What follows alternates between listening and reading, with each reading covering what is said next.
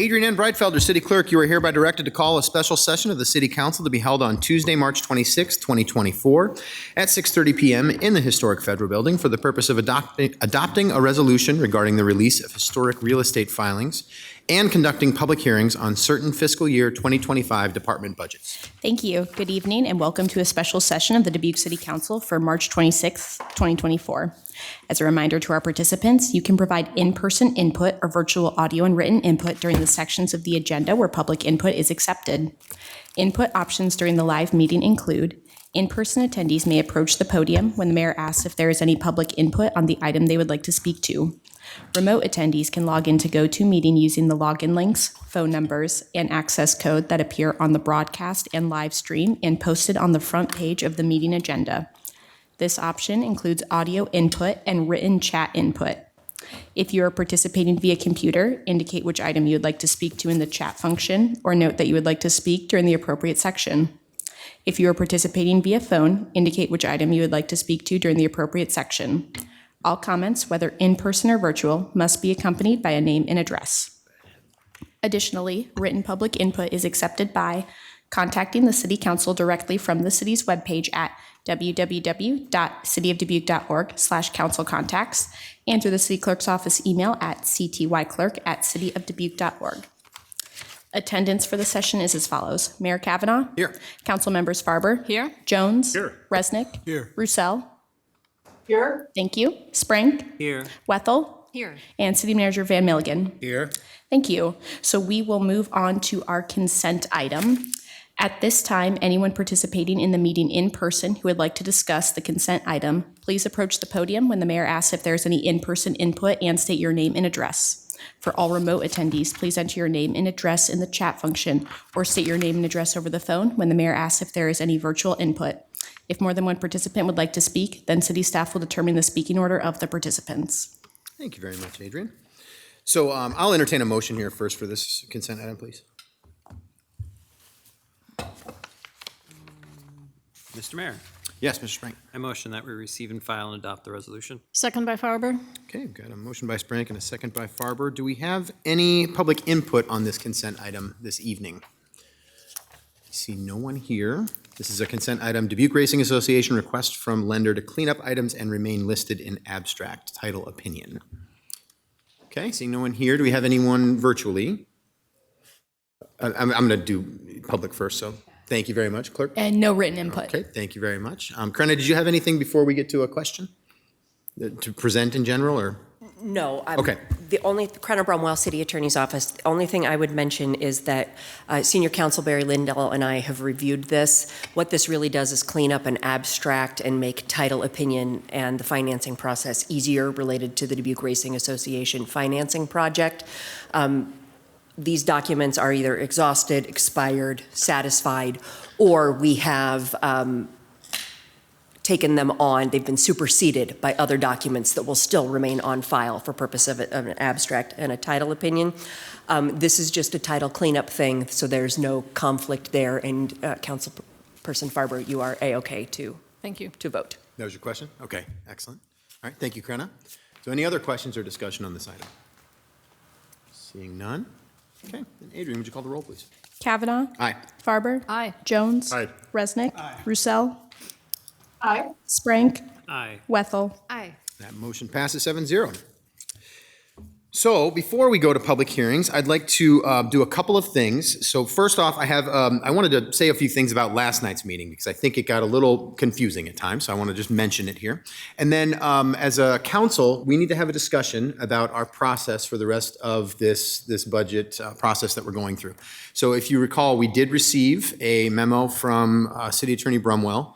And it might be helpful to pull that up, but I'll read off a little bit, talk about that once we get to that point. And then we will enter into our first public hearing for the City Attorney's Office. So don't worry, we're not going to try to make this night any longer than we really need to. We just want to try to make sure that we're all on the same page here before we get started. So, yeah, about last night. So let's talk a little bit about some of the process that we've had so far. If you tuned in last night, or even if you didn't, the process this year has been a bit challenging from a budgetary standpoint. It has pretty much everything to do with a new law that was passed by the state legislature last year. We're working our way through it to try and figure out how this is all going to work. But essentially, I want to make a couple things clear. First of all, we did have a public, we had a meeting to set the public hearing that we held last night. During that meeting to set the public hearing, we had some extensive discussion about the property tax rate that was being proposed by the city manager and staff, to whether or not we were going to set it at that rate or change it or anything like that. If everybody recalls, we can lower that rate that night and we can raise that rate that night from what is being proposed. That's the only time that we can raise it, though, and we chose to go with the rate that was being recommended to us by the city manager. So we did that night when we set the public hearing, and so that was done. Had some discussion, we're able to do that. Last night, we reviewed the budget in one meeting and had a great presentation by the city manager, talked about some of those things, didn't have enough time to really have too much discussion about that afterwards. And then we had another meeting that we actually held the public hearing about setting the property tax rate. When we did that, we learned from our city attorney that based on our city's interpretation of the new law that was passed, we as a city council are not allowed to talk about anything else at the public hearing that we had last night. That was a surprise to all of us, I think. But I do want to make sure that I point a few things out. We did already have quite a bit of discussion about the rate, and now we're going to have a lot more. For the next 3 weeks, we're going to be talking about this quite a bit. So I want to make it really clear to everybody in the public that we have a lot of opportunity for feedback here. We have a lot of opportunity for the council to be able to talk. I guarantee you we're going to be here fairly late a couple of nights during some of these presentations because that's kind of the way we roll here on the city council. So, and I think everybody sort of recognizes that. And I think it's good because we talk about things extensively. We make sure that we look at the details that are before us as we are making some really important decisions about our city budget. So all of that said, I want to briefly just say we need to continue to work with our legislature on this. This process has not provided a whole lot of clarity and transparency in city budgeting, and we aren't the only city that's dealing with this right now. I do think the legislature was successful at making it more difficult for cities to invest in the way we need to for the residents who live here. I think that is something that has been a success of this, and I disagree with it. I think we need to have more freedom to be able to set budgets and do this in a way that is going to be useful for the people who are asking us to do it, the residents who live here. And I think that's clear throughout the state. I don't think that this has been successful when it comes to providing any sort of better understanding of the property tax process in the state of Iowa. I think it's actually been a pretty miserable failure to this point, this particular law. We need to find some ways to improve that, and we need to be more transparent. We, as this city council, I'm very confident in our level of transparency in our budgeting process, and I'm looking forward to all the discussions we're about to have. I do every year because it is a transparent process. It provides all kinds of detail on everything that we are talking about in our budget. I think we do it very well. So I'm glad that we're going to be doing that, but I hope that we can work with our legislature so that they can help us and help every other city in Iowa to be able to do this better. Because right now, I'm afraid that it's been very confusing up to this point. I'm more confident that as we move forward, the confusion is going to lessen because we're going to be able to talk in great detail. So I just wanted to point some of those things out before we start. I'm looking forward to working with the legislature on this. I think it's something that, and to their credit, I have actually heard from senators and representatives who do want to fix some of these challenges that we're having, some of these confusing points in this process. So looking forward to those discussions and moving that forward. That brings us to tonight. So we have some guidance from City Attorney Brumwell that we receive every year. And I'm looking for it in my email really briefly here before I get started. My apologies. So on this memo, we have several options that we could use if any one of us would like to hold any particular improvement package or item within any departmental budget for separate discussion down the line. We, in the past, what we have generally done is this, and I'm going to read it out loud. If one member wants an item held for further discussion or consideration, an informal poll of the council occurs on the spot. in that public hearing, like tonight, for example. If 4 members agree to that item should be held, then the item is held for discussion at the final budget hearing, which will be on April 11th for us. If there are not 4 members in agreement to set the item aside for further consideration, that item isn't held for any further consideration. Generally, I think this has worked well for us in the past. I would suggest that this would be the process that we use going forward, but I'm open to other ideas. We had 4 choices, 4 options that were delivered to us by City Attorney Brumwell here, but I just wanted to open it up for discussion among the council members to see what we would like to do. Mr. Resnick, go ahead. Mr. Mayor, thank you. So, as I understand it with the new rules, that any additional spending that the council might want to do must be matched with a corresponding reduction in another area. Is that true? That is correct. The rate cannot change. We cannot increase the rate. We can decrease it, but we can't increase it. So that is correct, yes. Okay, so that's, I think, a good thing. I've always wanted to do that very thing. If we're going to say, hey, we should spend the money in this way rather than that way, I'm more for that. And I do think, though, that we need, so that helps us to value engineer the budget if we want, because even if there isn't some things that we want, if we see some things in the budget that don't really match, it's going to be unusual this year because it's a very tight year. But I mean, we should look forward to saying, oh, we might want to swap this out for something else or reduce the rate. Mm-hmm. So anyway, right away we could do that. That's what I would recommend. That we need to look starting now for opportunities to maybe either reduce the rate or use that money in a way that the council would prefer. Thank you. All right. So then, am I hearing you correctly that going with that option that I just laid out would work for you? Yes. Okay. All right. Any other questions or discussion? If I generally see agreement that this will work, yeah, Ms. Wethel. I just wanted to comment. I agree. I think that process worked last year when we approached it. I thought that the nice thing about that process was that I was not asking for my council members to agree with me on the spot. I was asking for the opportunity for them to maybe consider it, think about it, ask questions, and then come to a decision later on in the process. I thought that served us well last year. Great, thank you.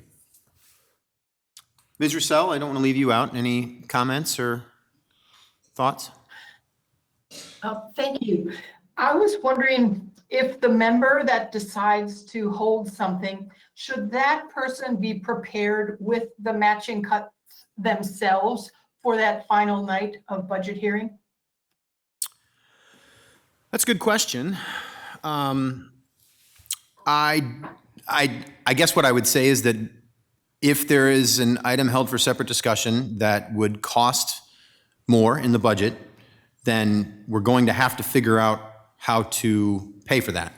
So I think it would be best if that council member that wants to hold that item had an idea, at least, of where we could offset that to be able to use more to pay for that. Does that make sense? It certainly does. Thank you. Mm-hmm. Okay. Yeah, Mr. President.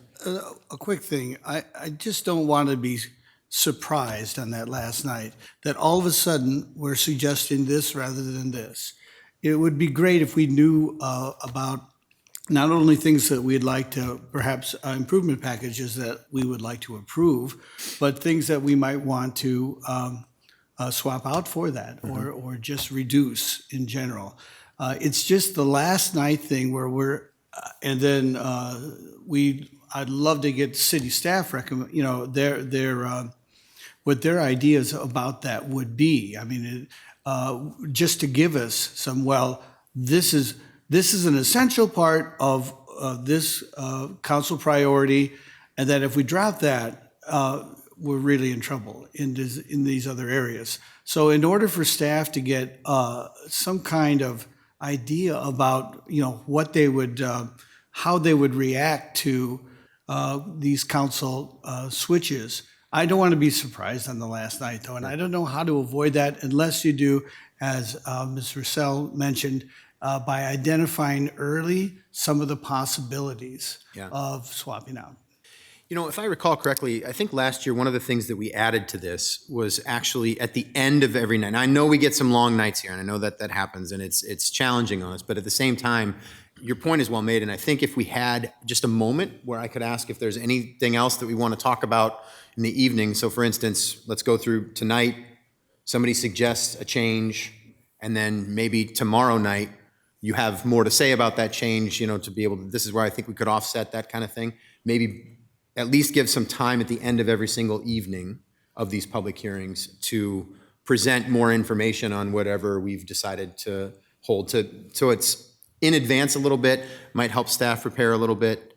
It's not just everything at the end of the night, or end of the last night, I mean to say. Go ahead, Mr. Anderson. Well, thank you. And Mr. Jones used to say, and he probably would say still, that so many things are tied, everything is tied together in a nice, tight way. So the way I used to do budgeting is just by little items by, you know, but little did I know until we got a full story that, oh, that particular $8,000 item is intricately connected to this. And it really wasn't something that was going to work.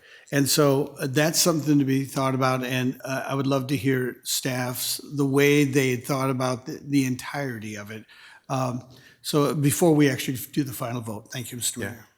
Yeah, so let's give ourselves some time at the end of every single evening that we have these meetings that we'll at least be able to discuss anything else that, or any other items that we've talked about. Ms. Wethel. One other thought, and I believe last year Mr. Van Milligan counseled us to consider, actually a couple. One is that if we're going to replace something in our budget, if it's a reoccurring cost, it has to be replaced with a reoccurring cost.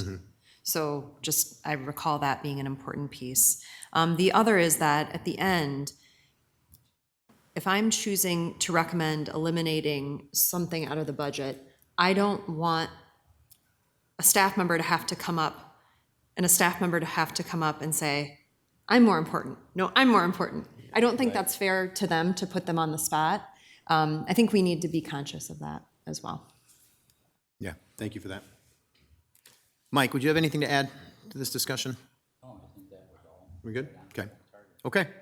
So we're clear on the process. If you want to hold something for separate discussion, you mentioned that that is, at that moment, we will essentially take a straw poll or a vote.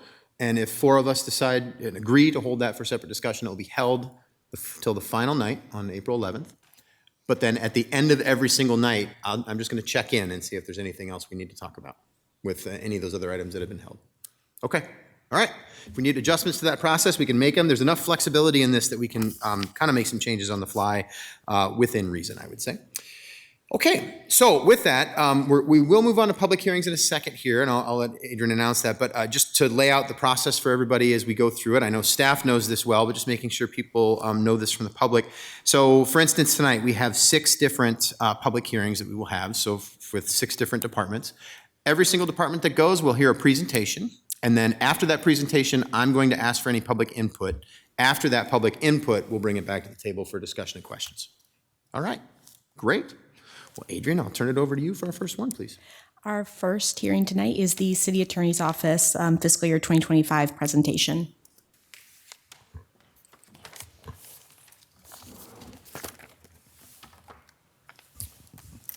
Good evening, Mr. Mayor and City Council. Krana Brumwell from the City Attorney's Office. I am going to hopefully be a brief kickoff to budget season, which is kind of the hat that I wear from year to year, and I don't mind that because we'll get you warmed up, I guess, hopefully with something relatively easy.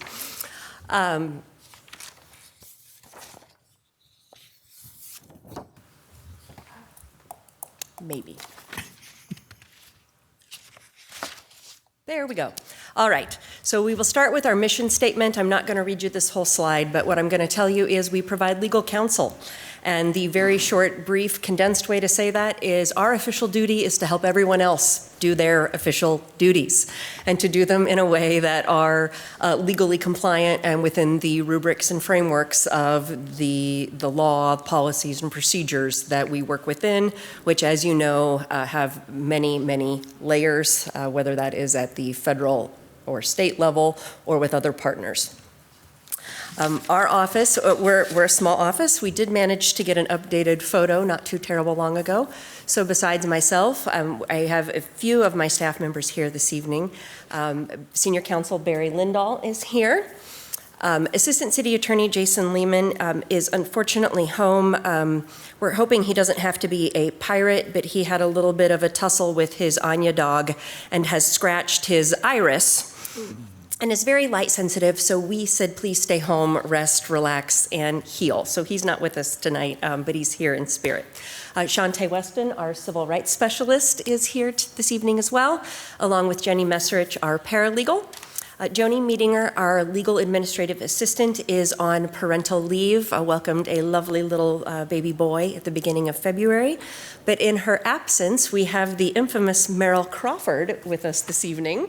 As you know, Meryl is a bit of a jack of all trades and kind of hops from department to department, filling in as needed. And per usual, and his reputation, he is a trooper who has just kind of rolling with the punches that is the city attorney's office, and is helping us deal with the public and all of the daily run-of-the-mill stuff that we have to do in the office. Related to our property tax support, the net operating property tax support request for the city attorney's office is just under $262,000. That equates to $3.95 in cost to the average property or homeowner related to support of the city attorney's office based on that average home value of $196,000 that was referenced last night.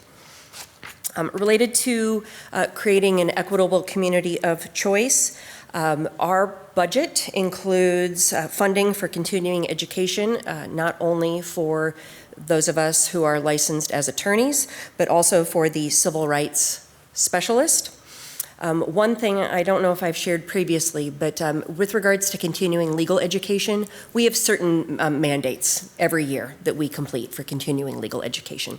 Historically, that has required a certain amount of ethics training, and then the rest of it was kind of a free-for-all, and we could make our own choices. In the last few years, the state has changed the way that is structured ever so slightly. So in addition to having a periodic ethics complaint, a component was added to that. And so there's been two additions. We have to explore credits either in wellness or in diversity, equity, inclusion, and belonging. And so we are seeing those items being added to the regular trainings that we attend, and we take advantage of those.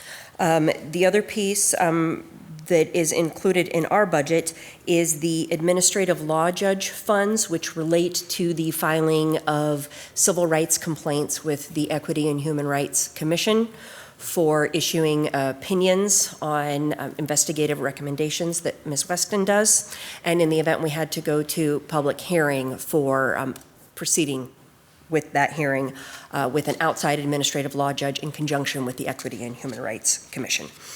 The other piece that we have been involved in historically and are looking at kind of revamping in the short term relates to one of your management in progress items, which is the equitable fine and fee reform.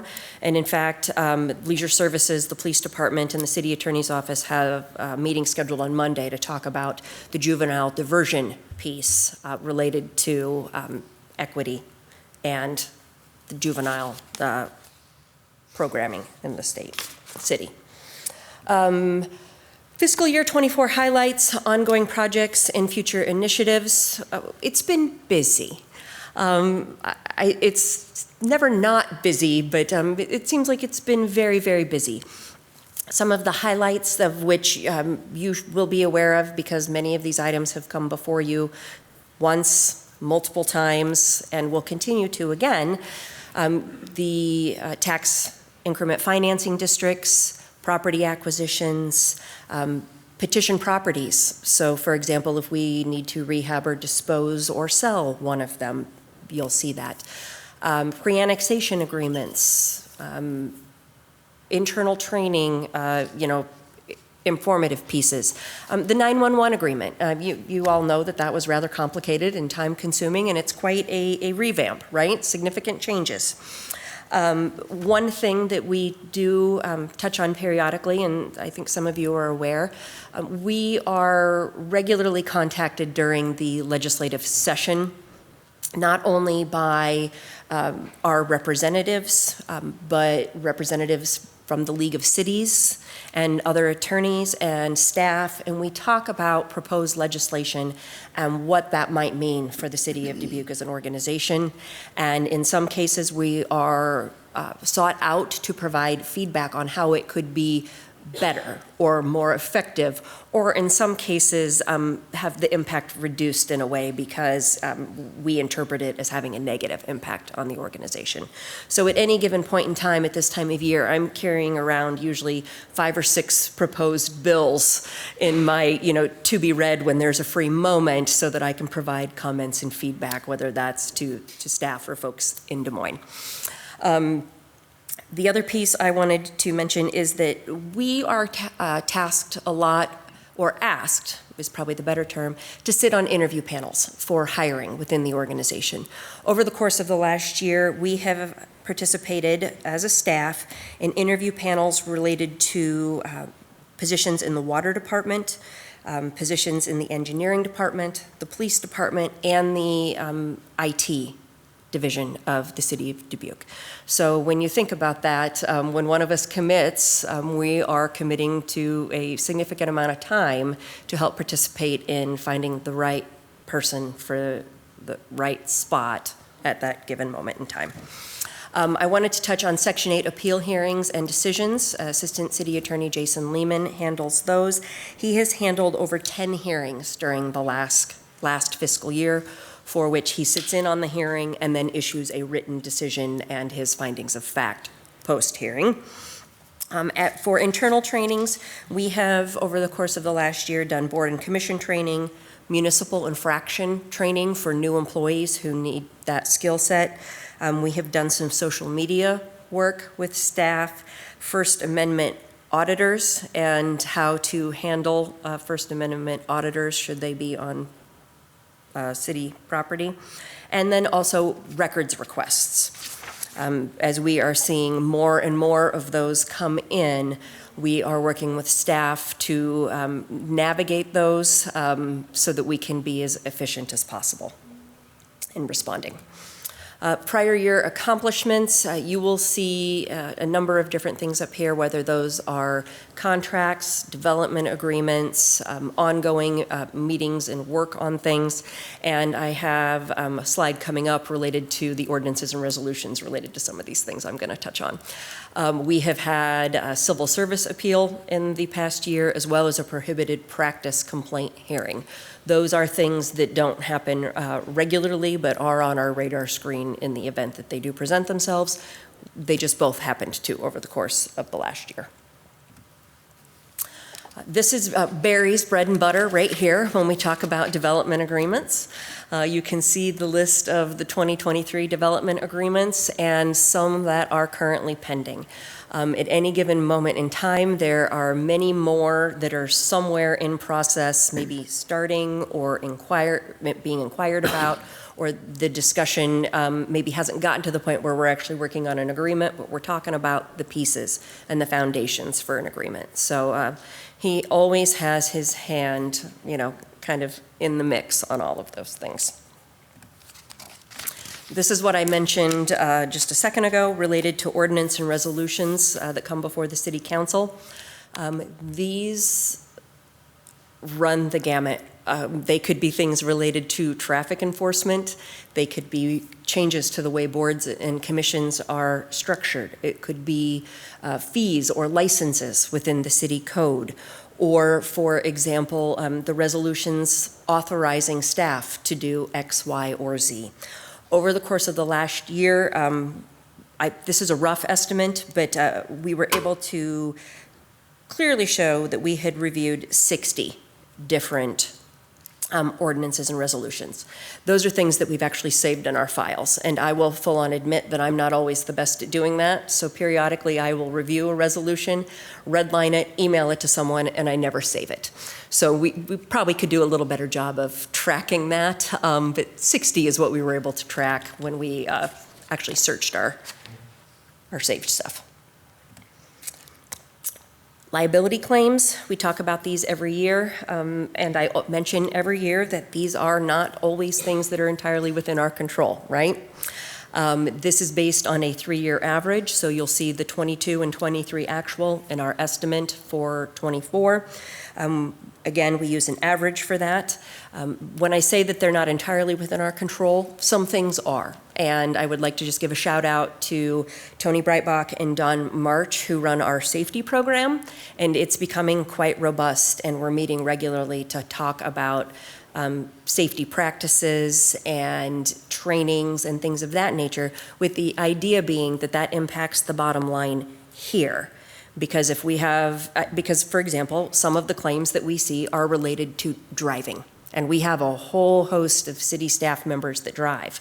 Regular cars, very fancy, very expensive things, and things that can cause a lot of damage. So that safety program, the intent is to have us be safer, but also there could be a positive impact on this information right here.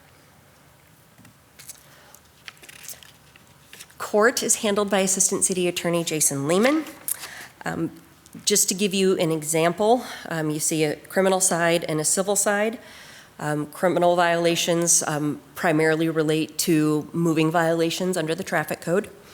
But when we talk about civil infractions, it's a much broader category of things.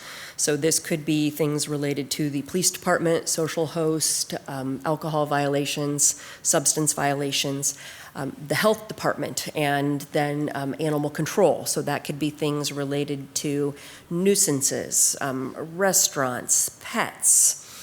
And then you get into the Housing and Community Development Department, where you have the international codes, where our building structure codes are enforced out of, as well as rental licensing and vacant and abandoned buildings. But court goes beyond just what you see here.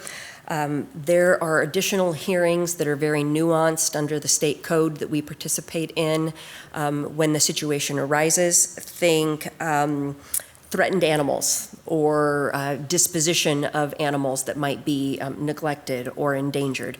That's a very special protocol that falls outside of the civil municipal infraction realm, but is a court appearance that Jason makes. If someone appeals an administrative action of the city, so think an appeal hearing in front of, say, the Housing Appeals and Mediation Board, if someone appeals that, they do that through what's called a writ of certiorari, which means they're asking the matter to go to the district court, and the district court to review that and issue a decision as to whether that board or commission acted within the bounds of their authority per our city code. So Jason is actively involved at any given moment in at least one or two certiorari matters. And then also appeals if a individual who's received a municipal infraction or a criminal citation appeals to the district court. There's a review hearing and briefing and things of that nature that Jason would participate in. So it's a broad spectrum of things as well. Related to the investigations that are done out of our office by Civil Rights Specialist Shantae Weston, again, we provide you with some actual numbers and an estimate, but these are things that are not within our control per se, because these are based on filings by individuals within the community within Title VIII of the Equity and Human Rights Ordinance. So when a complaint comes in, they are investigated and they work their way through that process.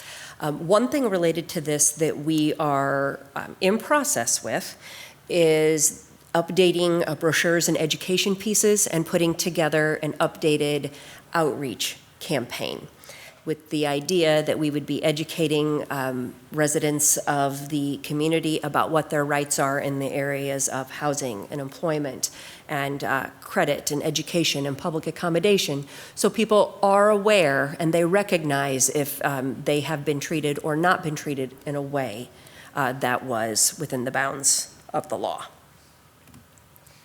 An additional item that Civil Rights Specialist Shantae Weston has been working long and hard on in conjunction with a core group of the organization are the employee resource groups. And so this has just kind of gotten its sea legs, if you will, and it's been distributed to employees. And we're hoping that it takes off and we start seeing applications for ERGs coming in the very near future. ERGs are voluntary employee-led groups bringing together individuals or members who have common shared identities, backgrounds, or common interests. So she has done a couple presentations and she's created an application and policies and guidelines and all of those things, and will continue to work through that, but she's been a great champion of that. Petition properties, we always just like to give you a little bit of an update on where we are related to petition properties since the time we started doing this back in 2017. Since that, this is a cumulative number, so this isn't just the last year, but year to year, we like to show you. We currently have about 6 properties that we're reviewing, which could mean that we're getting updated lien searches, or we're reviewing the criteria to see if they meet the state code parameters for a petition. And we have petitions filed on 2 properties, so actually in process with the court. And we just had 2 recent hearings where judgment was entered in favor of the city, and we're waiting out the appeal time frame before we can take title to a property or 2. I just wanted to briefly touch on Chaplain Schmidt Island because this has been an active piece of work for me over the course of the last couple of years, as we have updated and revamped the leases with the Dubuque Racing Association, and we have worked through the Destination Iowa grant process. We have a regular weekly meeting that I participate in when I can, where we work through all of the layers related to that project in the Chaplain Schmidt Island master plan. Over the course of the last year, we did get a management agreement with Schmidt Island Development for the ice arena done. And we have once, and we're working on a second time now, coordinating with the DRA and its lender on financing packaging related to the different phases of the redevelopment of the island. And you'll be seeing a proposed lease amendment in the near future on that. And we have kind of an ongoing work group, aside from the weekly meeting, to navigate all of the regulations that are applicable to the island and all of the historical funding sources that were used that tell us what we can do, when and where and how. And there's this lovely matrix that Wally Wernemont from the planning department always reminds me is like on page 17 or 19 when a question comes up, and we work through that together. Continuing legal education hours, we just like to let you know that we appreciate you including that in our budget. Our FY24 estimate was 100. Our FY23 actual was 121, which was up from our FY22 actual, which is when we were still kind of coming out of COVID and things started to reemerge in person. We regularly attend the International Municipal Lawyers Association trainings, the Upper Midwest Employment Law Institute. We have had staff go to the Homelessness Symposium and Housing Iowa, and we participate in the Iowa Municipal Attorneys Association too. So not only are those great learning opportunities, but they're opportunities for networking and sharing our experiences with attorneys in the municipal field, not only within the state, but across the nation. We did have one improvement package that's not recommended in the budget for creation of an additional attorney position. The ask was related to facilitating a succession plan and for the individual to become familiar with the organization and the processes of the city, with the idea that we would grow and develop an individual in that position to take on more responsibilities and duties, allowing for efficiencies, and us to take on some of those, what I'm going to call the pipe dream projects, which are the things we imagine getting to one day, and we just can't quite seem to do it within the current capacity that we have, and for a better kind of balanced workload within the office. Related to that, I will just tell you that it not being recommended is fine at this point in time, because what we have done is we're revamping some of our performance measures, and we have created a workflow within the office that we rolled out, I believe it was the beginning of February, to better track projects and requests that are coming from staff within our office. So the hope being that next year during this process, we can provide you with some very clear data on our response times and volumes and things of that nature that are coming through our office, with the idea that we might one day get to the point where we are adding an additional attorney in the space. And with that, I will open it up for any questions. All right. Thank you very much, Krenna. Well, first off, we are in a public hearing to hear about the city attorney's office budget for fiscal year 25. Do we have any public input on this particular department's presentation? Seeing none here. Anything virtually? Anything from city clerk's office? No written input. All right. Thank you very much. All right. Back then for any questions and discussion. Mr. Resnick. Thank you very much. Thanks for your presentation. As far as the money is concerned, it looks like 77% of what your department is funded with is the administrative overcharge recharges. So would you say that 77% of what you do, and this is obviously you're not prepared for this exact answer, but 77% of what you do is for city departments? Or would you say it's closer to like 95% of what you do is for, internal workings of the city?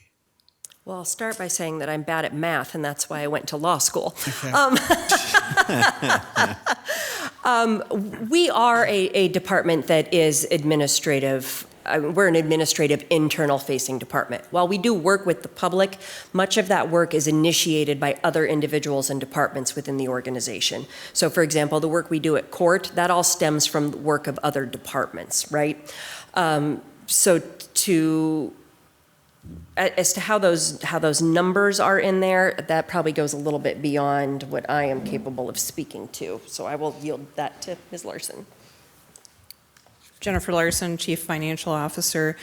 The formula for the administrative overhead is actually, for an administrative department like legal, it's split over all the enterprise funds and the general fund. So each takes a portion of the net budget of the administrative department. It's not calculated by, for example, how much time Krenna would spend in a certain fund or assisting a department, if that makes sense. I'm just saying, would this data tell us at all that perhaps the overhead charges should be more? If that's, I don't know, maybe that's, I don't know how you deal with that.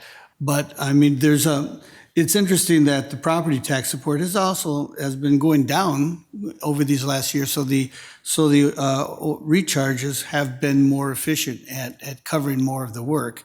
I'm just saying, does that data change anything about or suggest something that we might want to do or not? So part of the answer to the increase of the administrative overhead recharge going up is we were implementing that over time in the enterprise funds. So a lot of the funds have now reached 100% implementation. So for example, water and stormwater are fully implemented now. So that's why you see the increases there, which would impact property tax support. As far as changing the formula, I don't think there is necessarily a great way to do that. It would be a lot of time tracking and just a very cumbersome process to be able to, track time related to specific work. Especially perhaps if really the administrative recharges and property tax support all come from the same place anyway. I mean, the citizens of Dubuque are paying for all of that, right? Whether we say it's for recharges or property tax support. I mean, do we have a lot of outside grants or things that help pay for our legal department? Or is it just citizens of Dubuque? I would say no, there aren't grants paying for the operations of the legal department, no. So this is a difference without or however that phrase is, where it's difference but not really different. So again, it's the citizens are paying for this, whether it's from one pot of money or another. Yeah, in this scenario, since it's administrative department, it's split over the general fund and all the enterprise funds that the department does the work for. Right, great. Well, thank you. Thank you, Mr. Mayor. I think it's apples and oranges, but they're both fruit. Yes, okay. Hey, real quick, Eric, could you flip the switch so we don't have a live feed at the desk, please? Thank you very much. Appreciate that. Next, any other questions or discussion? Mr. Mayor. Yeah, Ms. Farber. So you had a really wonderful list of highlights. And one of the things that we are involved with on a very regular late night basis is the number of closed sessions that we have. And would you be so kind as to just give us a generic thought about the range of sessions that we have under closed doors and what those are for from a legal perspective? You bet. Chapter 21 of the Iowa Code allows city councils for a whole host of reasons to discuss matters in closed session with final resolution coming in an open public meeting. The purpose for the closed session is, for example, I'll use one of them in particular, real estate, for that to be discussed because that could impact the price that the city pays or that the city receives in the sale of land. So you can discuss strategy in closed session and give direction to staff to bring that deal to the point where there is an agreement that comes before the council for public hearing or public discussion in an open meeting. So beyond real estate, there are employee matters, litigation, particular things covered by the confidential records statute that all can be discussed in closed session. So those are all in section 21.5 of the Iowa Code if anybody ever wanted to do a deep dive. So, but I think it's worth noting that more often than not, we, after every city council public session, that we do hold a closed session. So thank you in advance for helping get that organized, and the information shared is just invaluable in terms of the potential agreements and ordinances and other things that you do for us. And at one point in the last year, I believe we did a tally, and I think we were in the 100 closed session range over the time frame that we looked at during that. That is another item that we could add to a report on. I think you should. And Mr. Mayor, I have one more question. You mentioned in your summary about an administrative judge and what he does for the city. And it says here that a portion of the line item was used for a pilot program that entails sending text messages to citizens with past due animal license prior to court. And I just have two questions. Number one, I'm looking for some thought leadership here on AI and generative AI to see if that's part of that application that they use, and if so, if we could learn more about that. So we have not implemented that yet at this point in time. We're still in the exploration phase, and so I think AI is potentially going to come into play there. We're exploring the different options that are available for doing that. The nice part is that the Iowa court system implemented a project within the last 6 months to a year in 6 or 8 counties across the state of Iowa, and Dubuque County is one of them. And so we're hoping to use some of that information in looking at that for us to see whether it's going to be an effective mechanism moving forward. But we think it will be, because when we have people doing it manually by hand, we are getting responses. So letters and certified mail sometimes go unopened, sometimes go unclaimed, but something pops up on your phone and it's a reminder. I mean, I myself will admit that those phone reminders are exponentially more valuable. Right, and I think it's just a good application going forward of how we use that technology. But I do have a question as to how many past due animal licenses there are in Dubuque. Or Dubuque County, it's Dubuque City. This would be the city of Dubuque, and I unfortunately am not going to have that information tonight, but when Mary Rose has her presentation. There you go. I think she would be able to give you a much better answer on that. All right, I appreciate that. Thank you. Thank you, Mr. Mayor. Anyone else? Kind of the position that you asked for, and is not recommended this year. When is the last time that the city attorney's office added a position? Was it Mr. Lehman's position that was added? No, we added Ms. Weston's position, the civil rights specialist, in 2019. Okay. Mr. Lehman is our most recent hire, but his position, the second full-time attorney position, was created originally with me in 2015, 2006, and then 2011 is when those were added. Got it. That's interesting. And I appreciate that you're working on workflow and, trying to optimize whatever you can with what you have. But it is interesting to have that on the radar too as something, because the volume of work that you've laid out tonight and that we see on a regular basis, it's high. It really is. And there's challenges that come along with that. And it's one of those things that is good to keep in mind in the years ahead, because there may be a time where we do need to look more seriously at adding. And I think we also should mention too that we often use outside counsel to be able to assist us on cases and things that are going on as well. You're absolutely correct. We have a complement of outside counsel that we rely on for specialties and very unique things that you would not expect in-house. We describe ourselves as kind of the last of the general practitioners. I certainly am not going to do environmental law or bond counsel or things of that nature. I know enough, right, to say we need to pick up the phone and call, and that's why we have those experts. Yeah, excellent. All right, anything else in the city attorney's office? Okay, well, hearing nothing, thank you very much for the presentation, and thanks to all the staff who are here tonight. Hit escape and then, Okay. We can move along then to the next presentation, which is the city clerk's office. Brenna, thank you. You bet. Nice job. Keep going. Stop messing everything else up while you're up there. There you go. Keep deleting stuff that has nothing to do with it.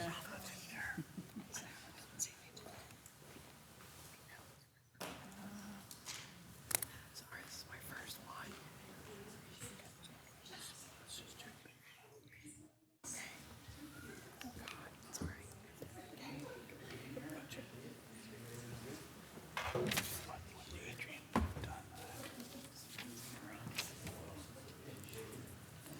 Just let me know when you're ready. Yeah.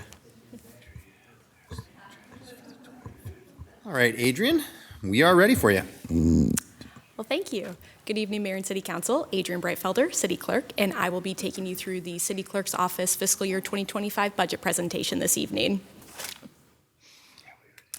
So starting out with the City Clerk's Office mission statement, high-level overview of this is that our office provides information and support to the Mayor and City Council, city staff, and members of the public related to various initiatives, including City Council records, boards and commissions applications, and various licenses and permits. In terms of creating an equitable community of choice, there are a few key ways that I feel that the City Clerk's Office supports this. First is through serving as that key point of contact for both city information and civic engagement via boards and commissions applications, as well as providing information to the public about City Council meetings, different ways that they can provide public input and attend the meetings. Another way is by providing administrative support for proclamations that celebrate diverse initiatives within the community, as well as having a lot of frequent engagement with local business owners and special event organizers about our application and permit requirements to ensure that they're in compliance with those requirements. I have the privilege of working with a fantastic group within the City Clerk's Office represented on this slide. Myself serving in the capacity of City Clerk, and I'm assisted by Trish Gleason as the Assistant City Clerk, Pamela McCarran as the Permit Clerk, and Tuesday Bluss as our Administrative Assistant. In terms of fiscal year 2024 highlights, few I want to cover. First is regarding some amendments that the City Council adopted regarding our taxi ordinances. The first amendment requires lists of drivers for each of our taxi cab companies, and this request was done in an effort to bring our taxi drivers into compliance with our taxi driver registration requirements. The second amendment allows taxi drivers to obtain a taxi driver permit with a Class C driver's license. This mirrored state requirements, but more importantly, made taxi driver permits more accessible to the applicants. Second one I want to cover is the ongoing civil service testing procedure for police officers. So historically, civil service testing for the entry-level position of police officer was conducted on an annual basis, but due to staffing needs of the police department, they had requested the Civil Service Commission to approve an application process that allowed for ongoing testing. So that way, rather than waiting for a annual basis for testing to occur, that they can conduct testing on an as-needed basis once the department received a certain number of applicants that they felt qualified for a test, we could go ahead and conduct that test. So the Civil Service Commission did approve this process, and it allows for the department to increase their staffing levels at a much more quicker basis, which is certainly important as the department looks to identify staffing shortages and build up their capacity.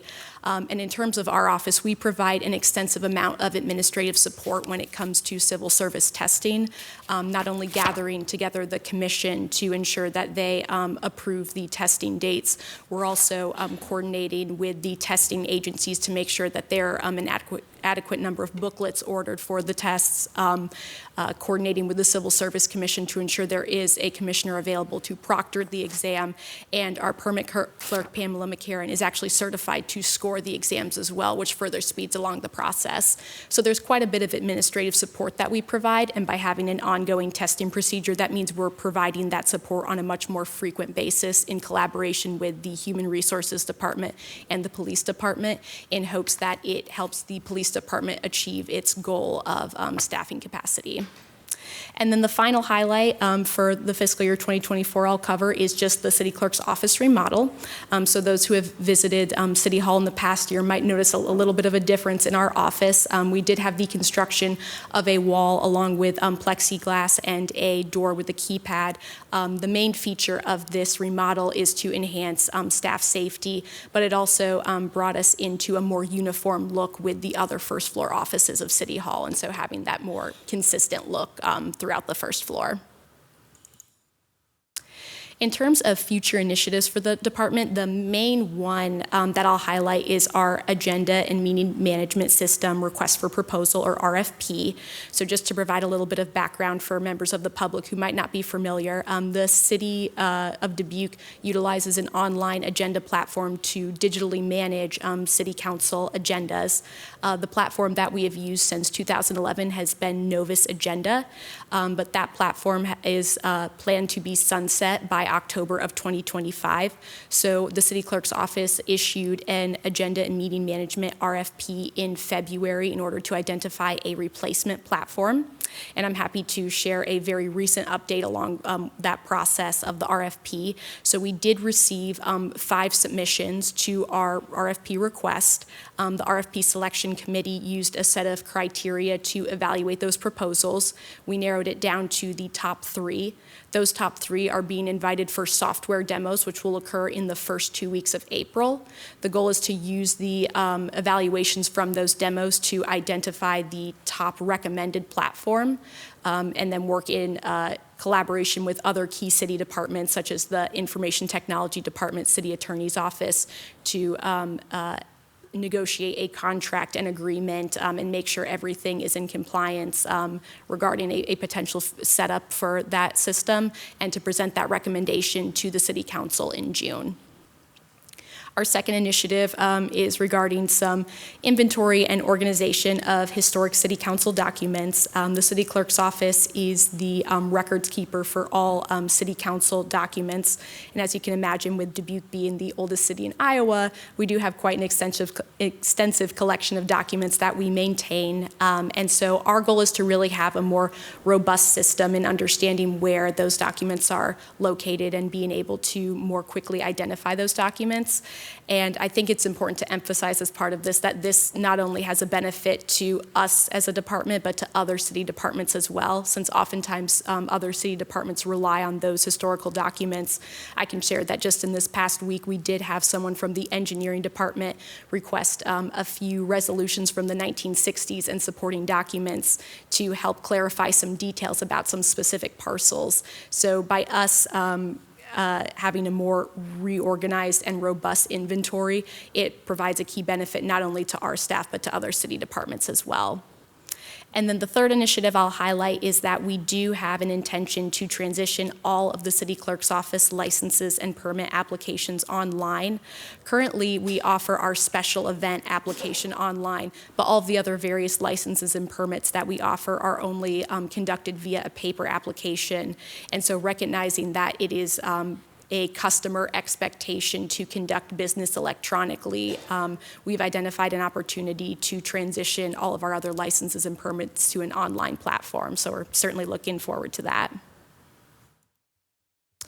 In terms of our fiscal year 2025 requested property tax support, you'll see that highlighted on this slide. And the one thing that I always like to call out on this slide is regarding city council election expenses. They are biennial, and for fiscal year 2025, there is no anticipated election, so we do not have any expenses in that realm. I do like to take a moment to formally recognize the 3 members of our Civil Service Commission. So the City Clerk's Office provides administrative staff support to the Civil Service Commission, and as the City Council is aware, 2 of your top priorities are related to staffing of both our police and fire departments, and the Civil Service Commission plays a key role in those priorities through the requirements and duties outlined in Iowa Code Chapter 400, which covers civil service. So we certainly appreciate all of the time and effort that these 3 volunteers put into furthering those priorities, attending civil service meetings, volunteering their time to proctor civil service exams, certainly plays a lot of crucial roles in the ongoing staffing and recruitment of those 2 departments. So I always like to cover the number of special events that our office sees per calendar year. As mentioned, our office oversees special event permit applications, and so this just provides a year-to-year overview of the number of events that are happening in the community. And then in terms of performance measures, we always like to highlight our performance measures related to boards and commissions. So this slide shows the current percentage of openings on our boards and commissions. This really is something that fluctuates quite frequently depending on vacancies and new applications that we receive. And I'll just point out that our office is always constantly looking for new and innovative ways to try to promote this opportunity for civic engagement to the community. The most recent one that I'll share is the Leisure Services Department has recently announced an initiative where you can, where either local businesses or city departments can place an ad at one of 2 local parks in the community, just a banner advertisement. And so we're looking at that as an opportunity to promote boards and commissions, potentially trying to target an audience that maybe hasn't been reached in the past. So certainly ongoing collaborations that we have with other departments to try to get the word out about these opportunities. And then just the final performance measures I'll highlight regarding diverse representation of our boards and commissions volunteers, just highlighting our percentage of board and commission members by gender as well as by race based on those who have reported that information to us. And my office does not have any improvement package requests for this fiscal year, so that concludes my presentation, but I'd be happy to answer any questions. Well, thank you very much, Adrian. Well, first off, we are in a public hearing to consider the city clerk's office budget presentation for fiscal year 25. Do we have any public input here on that? I see none here. Do we have anyone virtually? No. Adrian, can you remember if we have anything from the city clerk's office about the city clerk's office? Nope. No? Okay, excellent. So back to the table then for discussion. Yeah, go ahead as well. I just want to say thank you for all you do. I don't think that before coming to city council, I had a grasp on your job. The amount of work that you do, the skill that you have, the ability for you to just always be there with a great answer for us. You also are present for our closed sessions. You kind of are the keeper of all things process, and I appreciate you and your work. You've made my own transition just much more pleasant. Thank you. Thank you. Yeah, Ms. Farmer. And I just want to echo what was just said, and I think you are extremely easy to do business with, and I appreciate your positive outlook and always there to help in any way that you can. And I also wanted to just give an appreciation for all of the documentation and the archives that you do, and the permits and licensing, which I look forward to being able to do that online, as well as I'm one of the people that actually have to give you that paperwork on a very regular basis. So I look forward to that automation, and hopefully we can put that in our generative AI package as well, so it's easier and less workload, if you will, for your department. But thank you for all that you do, and it's just, again, you're just very easy to do business with, which I greatly appreciate. Thank you. Thank you, Mr. Mayor. Mr. Resnick. Thank you. So you mentioned a major upgrade that you're going through and you're doing an RFP for. And you don't have a package for that. That was approved in a prior year? Yes. And is it in here anywhere as something that you're going to do, or it's just from the past year, so it doesn't come here again, right? That is correct. So the replacement agenda management system was an improvement package for fiscal year '24, and that was done because at the time we knew that Novus Agenda was going to sunset, but we didn't know when. So the intent that was communicated as part of that improvement package was that we were going to request it for fiscal year &24 in worst case scenario that the platform was going to shut down and not give us a lot of advance notice. But knowing that the platform is now not going to sunset until next year, we do intend to utilize that improvement package, doing a carryover through the budget amendment process. So we do have funding identified from last year's improvement package to cover it. Marie, could you refresh my memory what the amount is at? About what the amount was last year that was budgeted for that?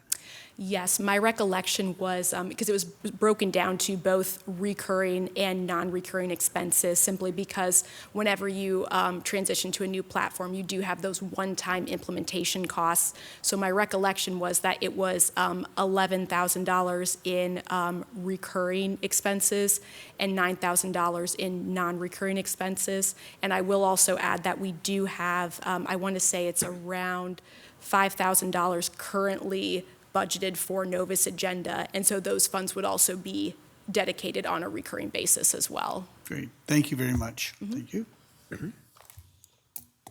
Yeah, and on that process, Adrian, the process that we're following as the group, because I have the honor of serving on that RFP committee to be able to find the new agenda software. I've been very impressed with the process so far. It's very, very thorough. The folks you've gathered around to be able to do that, I think, are exactly the right people in the city staff to get it done. So thank you very much for the organization there. And I'll just echo everything else that was said. I mean, as often as the mayor gets to work with the city clerk's office, I get to see a lot. The staff that you put together, and you work very well together, and you have a great, just really great process for doing all the things that come your way. So really appreciate the work. Thank you. All right. Well, with that, I believe we are done with the city clerk's presentation. So thank you very much, Adrian. Thank you. So we will move on next to the Public Information Office.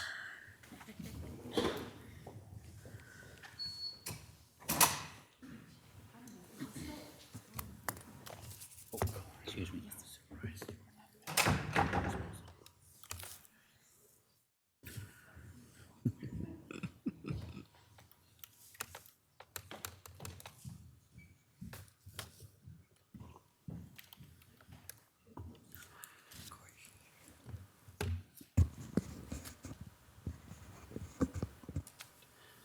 All right, Randy, we are ready when you are. All right, thank you, Mayor and City Council. Thank you for this opportunity to talk to you tonight and talk about the work of the Public Information Office. Glad to represent the entire team. I'll talk first about public information, then Nikki Rosemeyer will talk about GIS.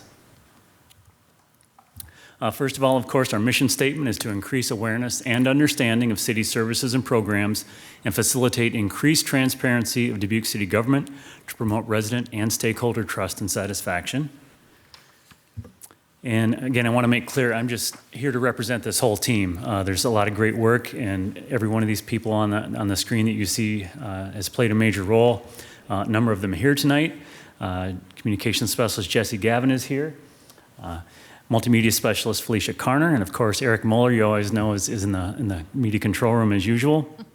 And Nikki is here as well. We did lose 2 staff members since I last presented to you. Trevor Fannin left last spring, and then we most recently lost Kelly Buchanow after 15 years of service, so 2 very large roles to fill. But as I said, Jesse Gavin joined us in late June, and we're currently starting a search to replace Kelly Buchanow. So thank those former team members for all they did for the city. And here's our requested property tax support. Again, in my humble opinion, the best bargain in the city. Some FY23 highlights very quickly here, and I'll apologize for talking too fast. But City Focus is our magazine that's published 1 to 2 times per year and mailed to every postal address within city limits. That's approximately 30,000 copies. Last fall, we produced an annual report themed issue, and we expect to do that again this coming fall. City News is our utility bill insert newsletter. 6 issues a year are produced. Approximately 21,000 copies are included with each utility bill cycle. It's also shared on social media, emailed to Notify Me subscribers.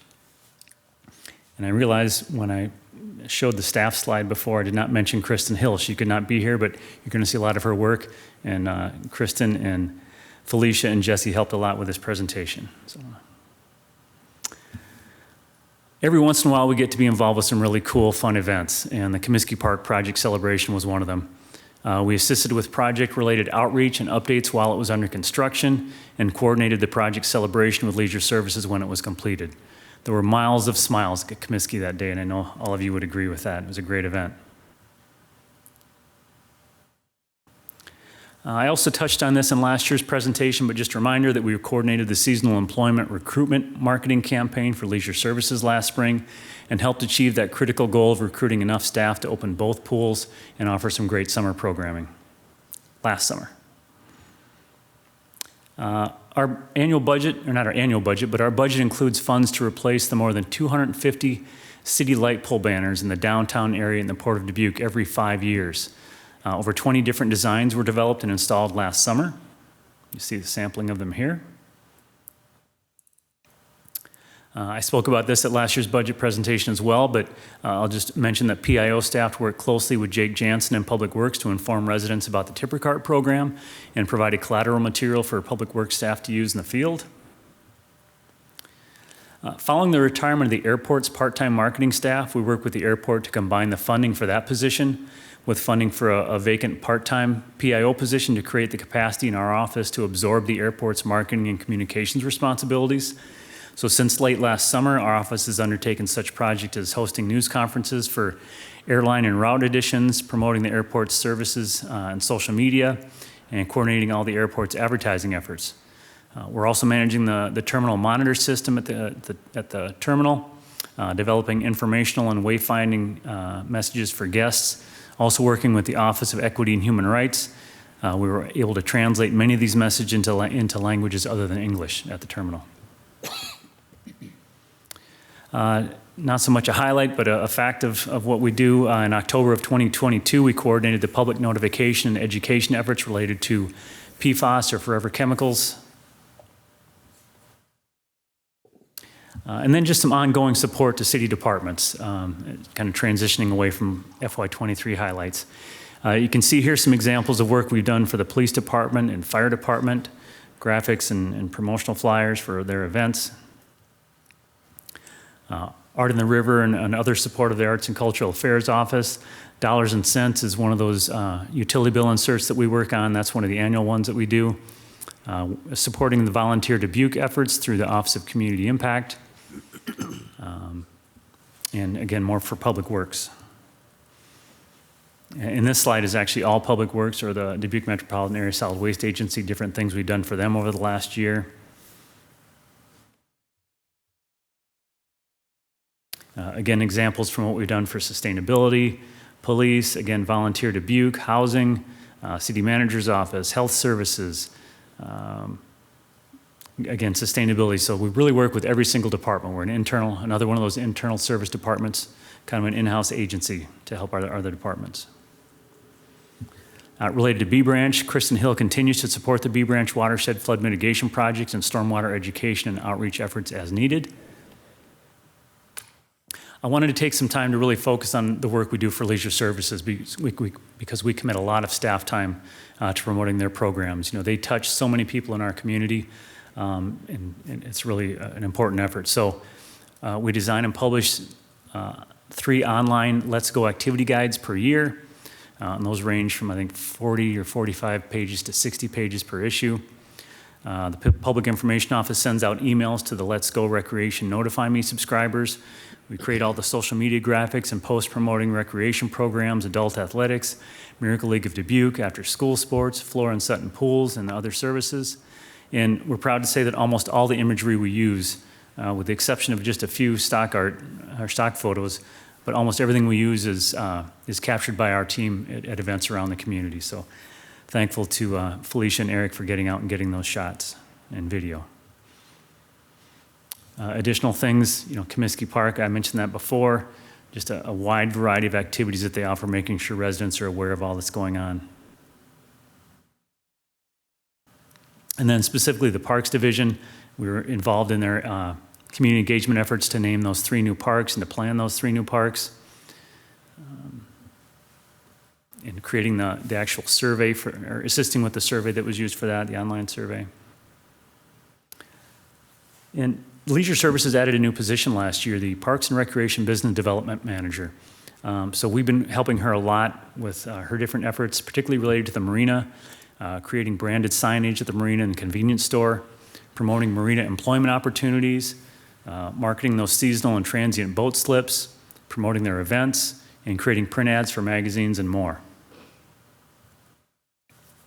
Also related to that position, a new program they came up with that we supported was the new outdoor banner advertising program for McAleese Recreation Complex and Veterans Memorial Park. So we assisted with the letter to businesses, the rate sheet with banner prices, ads, size, assisted with the development of advertising policies and guidelines, created the online advertising agreement form in Survey 123, social media graphics and posts, and we designed the Your Ad Here banners that are hung on fences at McAleese and Veterans Memorial Park. So I think you'll be hearing more about that program in Leisure Services presentation. They've got some good things happening with that. The Public Information Office is continuing its collaboration with the mayor in the creation of the Delivering Dubuque series. The next installment will feature the Housing and Community Development Department.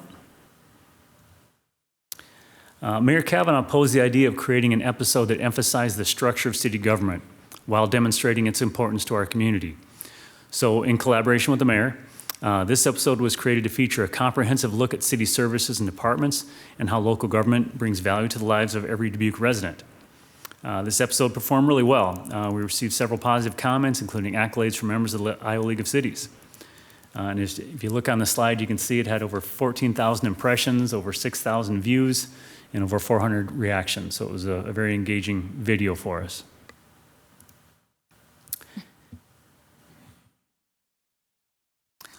Since our last budget presentation, the Public Information Office and Media Services has produced roughly 150 videos that feature a breadth of city programs, events, meetings, services, and more. You know, whether it's coverage of a public meeting, an update to infrastructure, a feature of dedicated staff that we have, or the promotion of an event, the content we gather supports all efforts to increase awareness and understanding of city services. The work we produce is created to engage, inform, and support city operations and our community.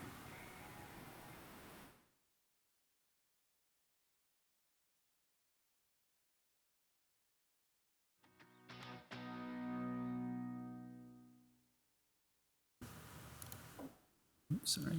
Okay. Regarding our support of the goal to create an equitable community of choice, you know, we do that through representation, accessibility, and transparent engagement. And in terms of representation, we're very intentional about our use of imagery that represents our residents, staff, and community. In terms of accessibility, we have tools. I'll talk about one of them in a little bit called Moncito, which relates to website accessibility. We also do closed captioning of videos. And how we do that, we always ask ourselves and the departments we work with, how do people access the material and information that we're sharing? Our communication must meet people where they are. In terms of transparent engagement, we promote public input opportunities, issue media releases, assist with information requests, and manage the city's central repository for all those details, our website. And all these things we do through partnerships, planning, and people. And again, just some good examples of the photography that we're able to capture around the community. Some current initiatives I wanted to touch on. PIO staff are currently working closely with the water department staff to coordinate outreach efforts for the lead water service line replacement pilot program. Thankfully, we don't have an acronym for that we use. And that includes letters and mailings, a website for the project, and door hangers for the staff who are out working on that. We're again working with Leisure Services and coordinating their summer employment recruitment campaign. We're grateful to have a healthy advertising budget this year to work with and conduct a comprehensive campaign across social media, digital, print, radio, and outdoor. And our last update from Leisure Services was encouraging and showed even more applications than we had received last year at this point.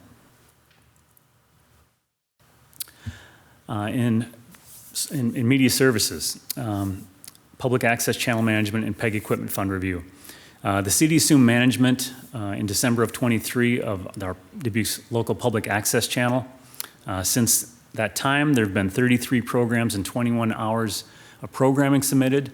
We're in the process of transitioning to new equipment to better operate that channel. And as you can see there, that photo shows some of the filled or empty boxes that have been coming in with equipment to do that. And that equipment's been purchased through our PEG equipment fund. We funded 6 requests in the last year, approximately $156,000 worth of equipment, and roughly $90,000 of that was for the city. And I would be remiss if I didn't acknowledge our Cable TV Commission who helps with that process. We have 4 members in that. It's chaired by Jennifer Tigas, includes Ron Tigas, Pauline Maloney, and Georgina Guerrero Galvan, a new commissioner, so we're thankful to have their help, and we're going to be working with them, kind of reviewing that process going forward. A little more detail on that transition, or another project within media services, I should say. Currently, we have 3 separate platforms used to broadcast City Channel Dubuque, the 24-hour live stream that we have, and our video on demand services. So Felicia's working on a transition that will streamline management into one platform, creating a much more efficient process, and we also expect it to be more cost effective. Website redesign. This is a process we go through every 4 to 5 years. Staff has reviewed our website analytics, such as the most used pages, most searched terms, most used modules, and the types of devices people are using to access our site. Our intent is to organize the website and present information in a way that helps people find what they're looking for as quickly and easily as possible.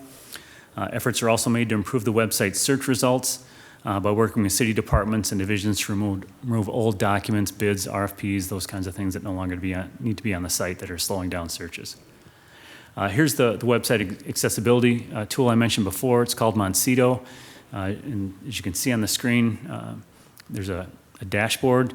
Moncito helps optimize the website for accessibility, quality assurance, and search engine optimization. It was just implemented in January. We receive a Moncito scan report each week that brings to our attention broken links, misspellings, and potential accessibility issues so we can evaluate and address each of those issues. It also helps us create a more inclusive experience, allowing users to personalize their experience by changing the font, style, and size, text spacing, cursor size, screen contrast, and more.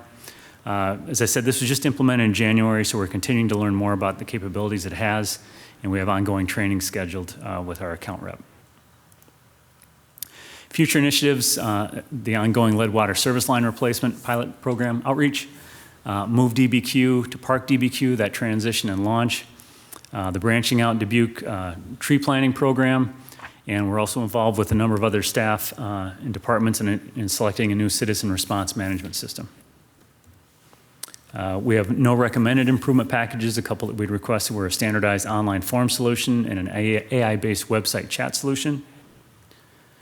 Just real quickly going through a snapshot of our performance measures. Social media followers, continuing to see nice organic growth there. Social media reach, again, nice growth there in the last 12 months. And again, these are aggregates of all of our social media channels. Engagement, we've looked at that, and there's a significant drop-off between FY 2022 and 23.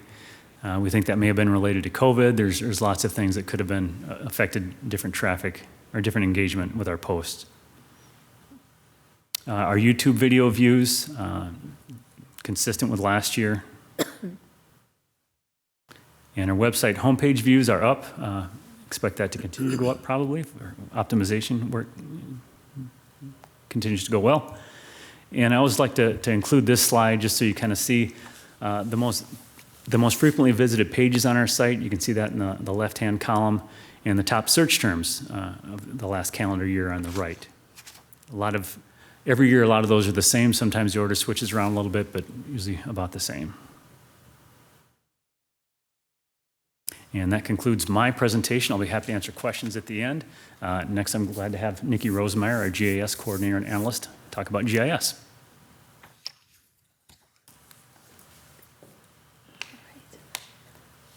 Good evening, everyone. I'm Nikki Rosemeyer. I'm the GIS coordinator, and I'm going to talk to you a little bit about the GIS office and what we've got going on. Okay, so there are two of us that are full-time in the office right now. We have a seasonal GIS intern that we fill every summer.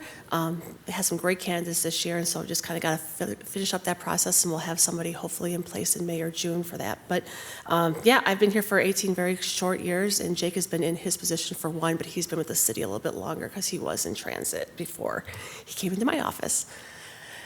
Speaking of transit, I'm just going to talk about some of the current activities that we're working on. We'll go through some maps, and we'll also go through some applications here. So one of the first things, or one of the things that Jake has actually done recently is updating some of these route maps. And so, mapping is still a really big part of our office. We do a ton of mapping, but we also do a ton of applications now. So I just thought these were just a really great illustration, and I think they're very beautifully done. And one thing I really like about the overall system map is that it kind of talks in the bottom right corner about how the routes work. As someone who does not use a bus personally, I don't know how the bus routes work, but just having this very simple graphic was just very great, and just showing, the routes on certain sides of town, what kind of gets you from one place to the other, that type of thing. So I thought that was really fantastic. Okay, and then another current activity that we've worked on, and actually I think this is our 3rd year, I can't believe that we've been talking about this for 3 years already, was the RISE grant. And so this is looking at just downtown development, basically along Elm Street, East 16th, getting that overpass where the train tracks are on East 14th Street, and just kind of showing highlights of where those projects are. And so a lot of the maps that we do, obviously, they support other departments. We don't just get to make maps for ourselves, because that would be kind of silly but fun. So this is just some examples of some of the maps that we put into that application over the years. And I know that we're going through some additional grant writing and applications as currently. So the map kind of changes a little bit every single time we look at it. But obviously, getting those points across are really important. Another thing too, behind the scenes. So obviously you're seeing a pretty map, and you're kind of seeing where the project is and everything. But there's other things going on behind the scenes of the map that you don't see.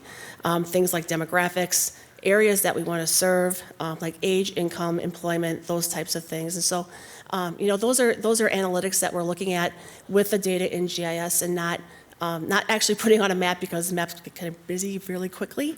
But those are the information points that we're putting into those applications as well. And that information is coming out of GIS. Okay, something I never talk about is our airport support. So one thing that the first map that came up here is actually for the July 3rd air show. We created a map a long time ago for that, and then we just updated it this year. And so obviously there's kind of a show center, things where you want the air show to happen, but then there's also things that are hazards, like communication towers and bridges and dams and water towers. And so basically we just kind of lay all this information out in a map so that they can use it down for their planning events, so they can send it to the aircraft so they're aware of where these hazards are located. They all obviously have GPS locations. And then with the pictometry that the county flies every few years, we were able to get the heights of the communication towers so they kind of know what they're dealing with there. And this other map here is just talking about how airports are serving Iowa. So looking at this map, it's broken out by type of airport and the location of the airport. And so you can kind of see that there's several airports obviously supporting the state of Iowa, but you can kind of compare the regions between like the Des Moines International Airport and the Dubuque Regional Airport. And I also just kind of think it's interesting just kind of showing the line of connectivity and how connected really the central of the state is with eastern Iowa as well, just kind of seeing where those are all at. Okay, another current activity that we're working on is a Veterans Memorial GIS application. So we already have one out there. So if someone can actually go out and they can search for last name, first name, basically anything that's on these pavers that are down there. Jake is currently working on upgrading that to being a little bit more, I don't want to say not cohesive, but having a little bit more information than it had before. And so we can really only get what we know so far off of the pavers that are out there.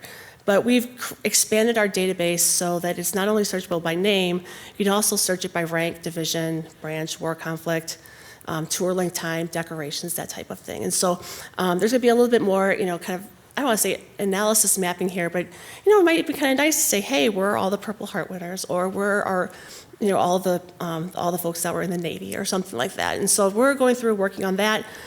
We've had a good partnership with engineering department. They've got a drone.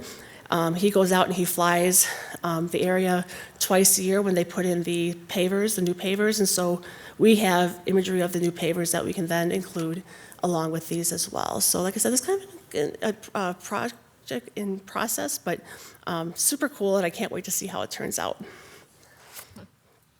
Okay, project support. So I was trying to think today of having a good way of talking about project support and trying to relate it to something that's maybe not GIS-y and technical. So if you think about support, a lot of times support might just be, I'm, for example, handing off a map to someone who's doing an application, or handing a map off to someone who's going to be sending something to council. What GIS does in a lot of cases, and it's scalable, so this first project here, the DBQ Shovel Crew, it's a smaller project, right? So it's not a big one, but it is completely supported by GIS. And by complete support, I mean, this one would probably be more of the concrete slab that would go under a building, okay? So if you kind of consider it that way, everything that in this project exists because it lives in GIS the way it does. So we have an application that people can fill out that they wanted to volunteer or if they need assistance. It all comes into a geographic location. So as soon as they put their address in, it knows where those people are located on the map. And then we are also able to basically pair people by location, right? So if you are volunteering to shovel, maybe don't necessarily want to go all the way across town, we can find people that were maybe within a half a block or within your neighborhood or something like that. And so all that information is not being entered in by me, it's not being entered in by engineering department, it's being entered in by those people who, like I said, are willing to volunteer or are in need of assistance. And so, capturing all that data into one location really makes this a really powerful thing. All we have to do is then go back in and check verifications, make sure everything's good to go, and help people out in the community and let people volunteer for something that they feel important. All right, so this one's a little bit bigger of a platform, or this would not maybe be a cement slab or concrete slab. This one's probably more like a full-on basement. So the lead service line replacement project, you think obviously we already have all of our water information in GIS. So we're actually enhancing that information, taking information that we already had from existing service line information, and now we're enhancing it with community input, right? So Certain parts of town obviously are looking at this in lead service line replacement, and we needed to find people who would be interested in that program. And so this isn't just one map that is supporting this. This is already 5 different applications off of one set of data, essentially, that are occurring. So the first one that went out was, it went out with a letter to see if we had interest, and we have, I think, over 1,000 different houses that are interested in the program. The second one was related to like consent, essentially saying, yep, we definitely want to do this. And just recently, starting this week, the water distribution staff is going out and looking in basements and verifying that pipes are either lead or not. Another nice thing about this project was this gave residents the opportunity to go down into their basement or to wherever their water came into their house and to take pictures. And so we were able, or staff was able, not me, staff was able to go in and identify whether or not some of those pipes are actually lead or not without having to go out and visit the house. So you can see these are just some of the pictures that were turned in from that. And that's, again, the residents are supplying all that information to us, populating the map. We're not going through and placing points or anything. That's something that's happening on the application side of things. Okay, and this one is finally more like pilings underneath a skyscraper. Maybe not a skyscraper like the Roshek building, but this one is project support for the sanitary sewer asset management program. And so everything that is being done with this project is being done in GIS. If there was no GIS, again, this would be a disaster. So not only are we looking at growth, we're looking at the condition of existing pipes, we're looking at capacity of pipes. We can take information, we had looked at taking information previously from our utility billing and looking at water usage and how the water usage compared to, that person's place or maybe that neighborhood's place in a watershed or sewer shed, and seeing how that water compared to the water going in versus the water that was being measured through flow meters. And so, again, this is really, really like very, it's not an easy thing. Obviously, it's coming out of all in one system, but like I said, if those pilings weren't there, then this project would not be going on. Last year, I had a improvement package for an ESRI Advantage program. And so that has started obviously this year. We had our annual planning meeting, I think in August. And so we kind of talked about some of the needs and recommendations, activity prioritization. Their priorities didn't necessarily match my priorities, but it's something that as we've learned from each other, like they have been just an invaluable resource for me to be able to go back and just bounce ideas off someone and say, hey, how do I do this? Or what's your experience working with other communities and things? It's just a really nice person to be able to talk to and also get some projects done as well. And one of the projects I wanted to highlight from that is one that's wrapping up here. It is the Dubuque Capital Improvement Plan map. And so this is not live, obviously, in this slide here. But what you can do is search by department, funding source, and start year so far for capital improvement projects that are located in our city. So you can, as you can see, we're zoomed out in this one here. It tells you the total number of projects and the cost of those capital improvement projects. And then as you zoom in, you start to see more detail where things are located. Obviously, some CIPs kind of cover like multiple things like fire stations or manholes or something. And then also all that information is available on the right-hand side. And so this is something Jake has been working on with the ESRI Advantage program, with the staff of the ESRI Advantage program, and I think it's fantastic, and I can't wait to roll it out. So it's looking pretty good. And the CIP, the one CIP that I have, is funded for this year, this fiscal year 24, for aerial photography. So I'm hoping, they're pretty antsy to get out and fly, that it snowed.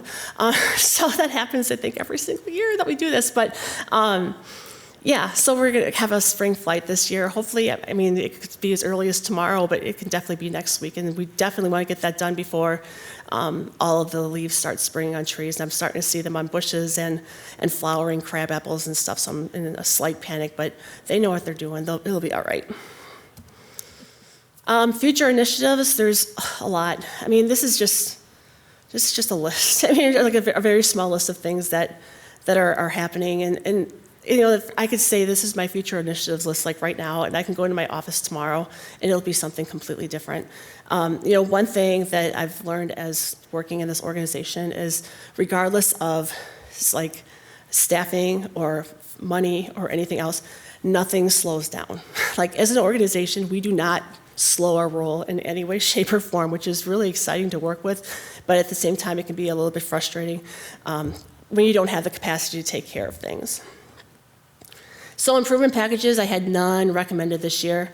I did request 3 different positions for my office and then some office space remodeling, which would have obviously not made sense if none of the positions would have been filled. So, but the GIS developer and the application specialist positions in particular, like I said, everything, we still make maps, but there's so much stuff that is going towards applications. And, Randy touched on Survey 123. There's a lot of programming and there's a lot of things that we can do to make applications not even look like GIS, but still capture all that really important enriched geographic data that we use on a daily basis.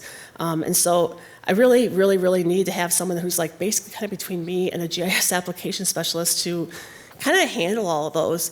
Right now there's a couple of our applications that aren't working right, and it's been probably 2 weeks since I've heard about it, but I don't have time.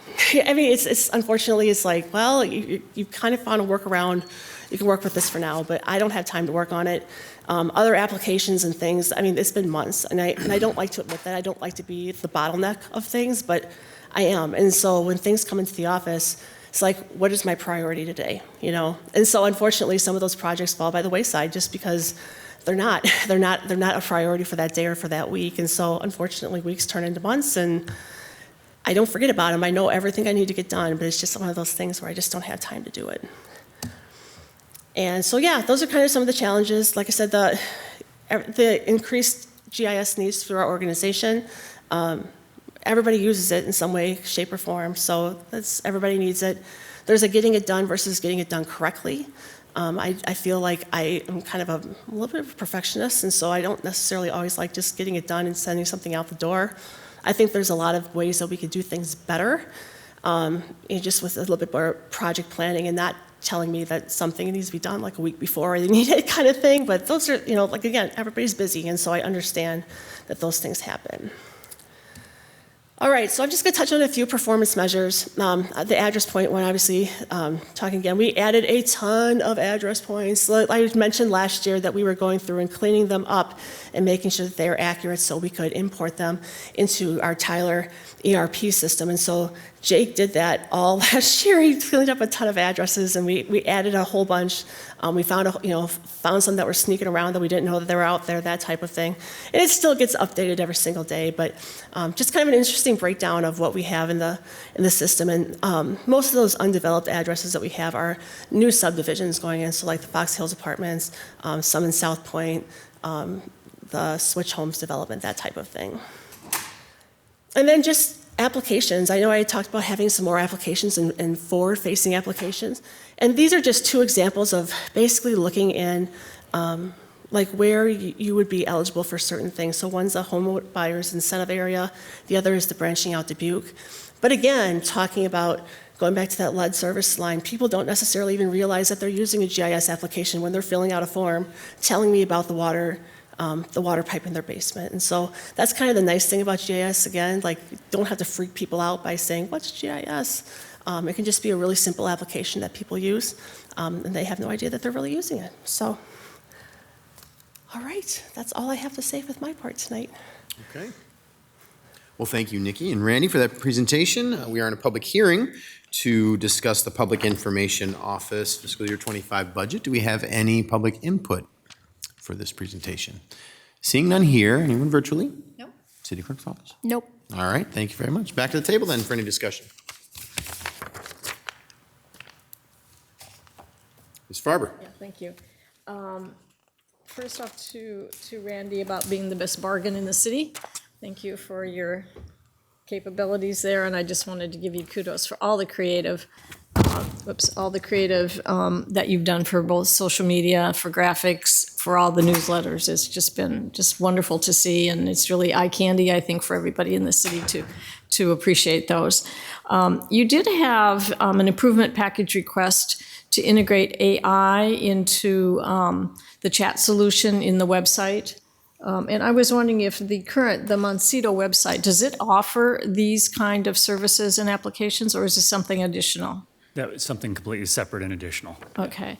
And do you have any ideas of how much manpower this would save in terms of having all of the messaging and the service request? And basically, it's really a customer service application that you're looking for. Correct. And a yeah. response to inquiries on the website. Right. I don't have a way to quantify that, but it would definitely reduce phone calls to some departments. Contact us submissions that we receive through the website now when people aren't able to find what they're looking for. It would definitely be a customer service tool. Yeah, but I don't have a way to quantify what the savings in staff time would be for that, though. Okay. Are there other PIOs in the different cities in Iowa that actually use the website and the AI application that you know of for this kind of service? Not that I'm aware of. Not yet? I would need to do a survey to really answer that question. I have not checked. Okay.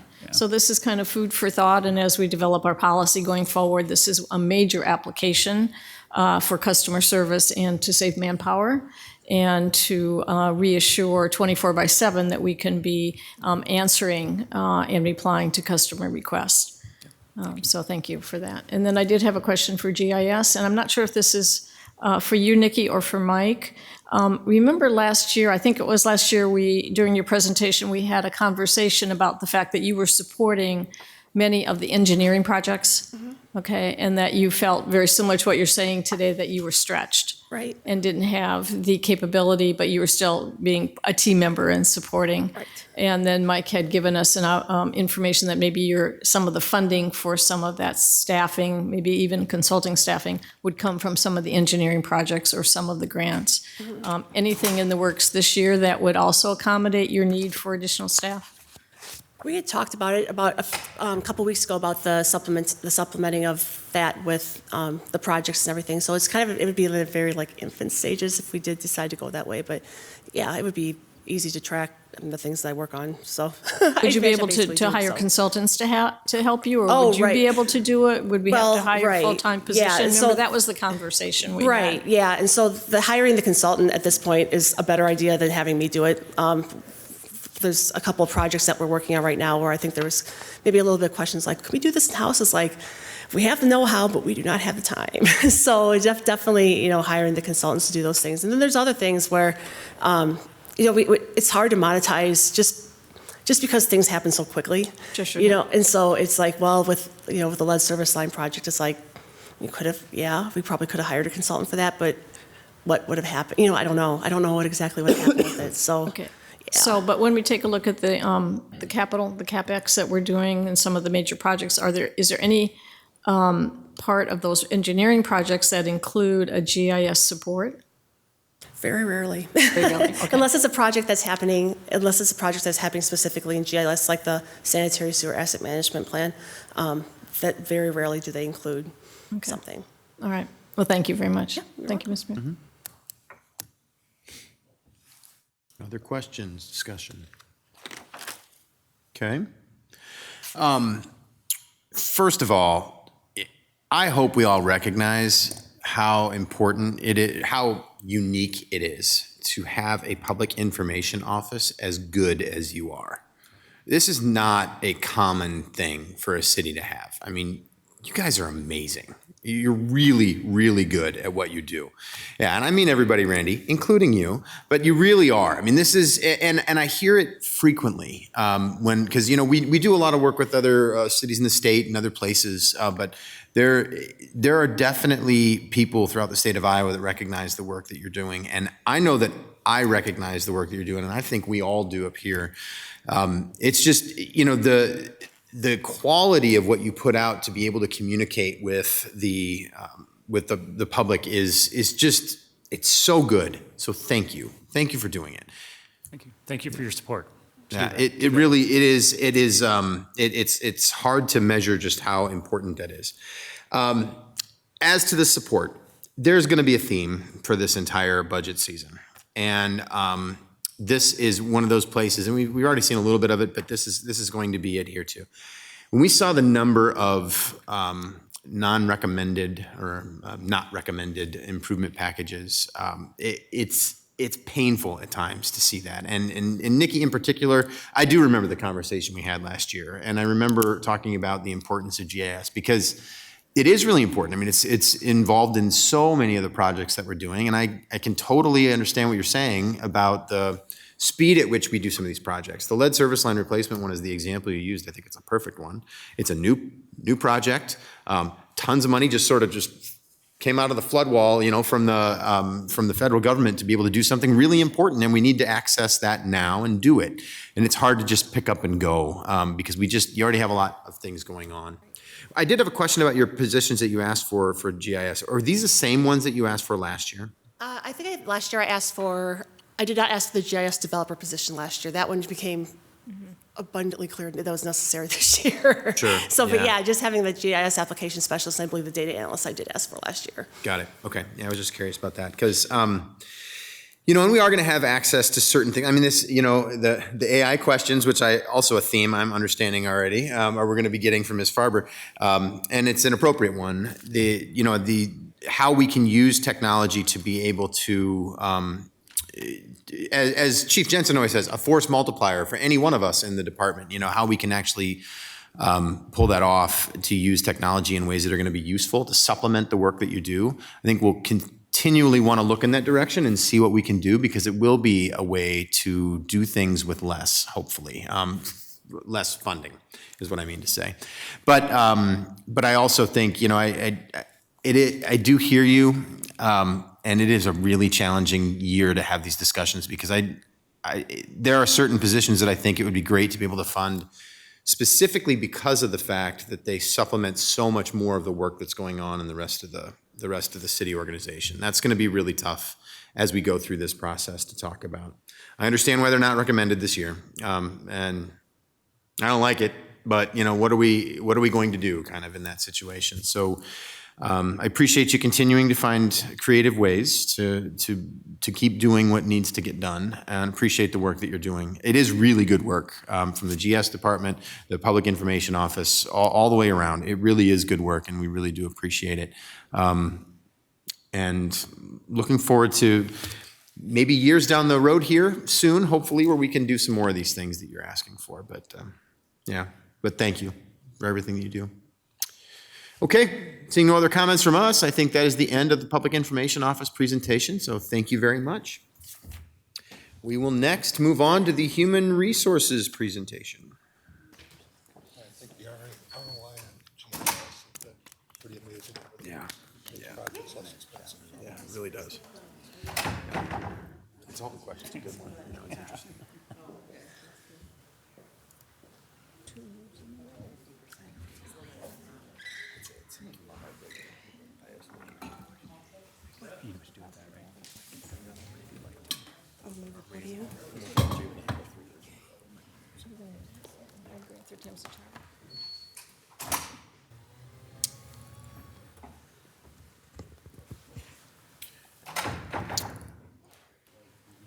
We are reaching the point in the night where we will be standing more often and moving more often, and don't be distracted by that.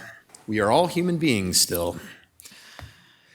All right, and we can hear when we're in the back room, so don't feel like we're totally ignoring you. There's actually speakers back there when somebody steps back, because I realized I needed coffee earlier. I will not. All right, well, Shelley, I think we are ready for you. So if I see the screens have turned off again, Corey, up here. Are we able to turn the side ones on again? Oh, there they go. They're popping up. Perfect. Okay, wonderful. Take it away, Shelley. I'm the Chief Human Resources Officer. Really appreciate everyone's attention tonight as we talk about the kinds of things that we've been working on in human resources. So always not liking to have to follow Randy's presentation. And there are images and videos, but I'm ecstatic to let you know that I did not draft the presentation this year. That images and information content was party to, but Angie Kelly, who we hired in January of last year, is responsible for the much better, more visually appealing presentation that we're going to share with you this year. And I'm going to share the presentation with Connie Palm here in a little bit too, so you don't have to merely hear my voice. So over the past 12 months or so, Human Resources Department has been very, very busy. First slide, second slide here talks about our mission statement. So as one of the few primarily internally facing departments here at the City of Dubuque, our mission reflects our focus on the, in my opinion, the most important capital here at the city, and that's human capital. And we do that, as our mission statement provides or indicates, through strategic partnerships and collaboration related to the recruitment, retaining activities, engaging, developing, and rewarding the city's human capital so that we can provide high-quality services to the Dubuque community. That we have 7.75 full-time equivalents, which equals 8 full people. And those are made up of, and the roles that we are provided for here in the Human Resources Department include a talent acquisition diversity coordinator, or all things recruitment, almost filled by Kristen Dietz. This will make sense in a minute. A benefits and compensation manager, Connie Palm, who's standing beside me here. An administrative assistant, Angie Kelly, and again, she gets kudos and credits working with the budget department, as well as PIO on the much more visually appealing presentation that we have for you this evening. An employment specialist, offer letters that reference and background checking and all things that are post-offer and pre-employment. That's Amanda Kopis. We have an employee relations manager, which is currently vacant. It's posted, and we do we're at the process point. We'll do interactive interviews starting next week.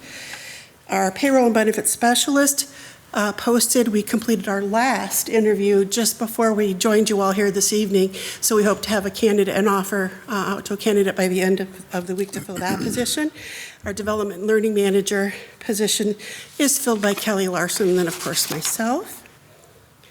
We do have a new staff person, Kristen Dietz, and she was gracious enough to join us here this evening, but she is not new to the City of Dubuque. You may have interacted with her as the lead administrative assistant in leisure services. She's our newest team member, as Keisha Doherty occupied the position and left to relocate to Madison, Wisconsin to address family issues and be closer to family in the Madison, Wisconsin area. As I mentioned, Kristen is not a new face to the City of Dubuque. We are very fortunate to get to transition her from leisure services to human resources, and even though she's not officially mine today yet, Marie's working with us so that she's begun to become oriented to and scheduling meetings so that we can work collaboratively to transition her fully in that role, hopefully within the next couple of weeks. Let's see. She will be responsible, obviously, for the city's hiring and recruitment processes, and most importantly, we're able to utilize her as we begin the rollout for our Tyler Munis payroll system. So her experience in leisure services we're ecstatic about, as well as her experiences in the Multicultural Family Center. We think those are going to be great assets for us in human resources, so welcome to Kristen. I've got 2 pages of fiscal year highlights because I could not cram them all into a single slide. So the fiscal year highlights for 2024, I want to focus on first is the classification and compensation study and review. We have been working very, very collaboratively with the city manager's office as well as department heads, and we used Carlson Detman Consulting as our vendor. It's been just about 18 months throughout that process.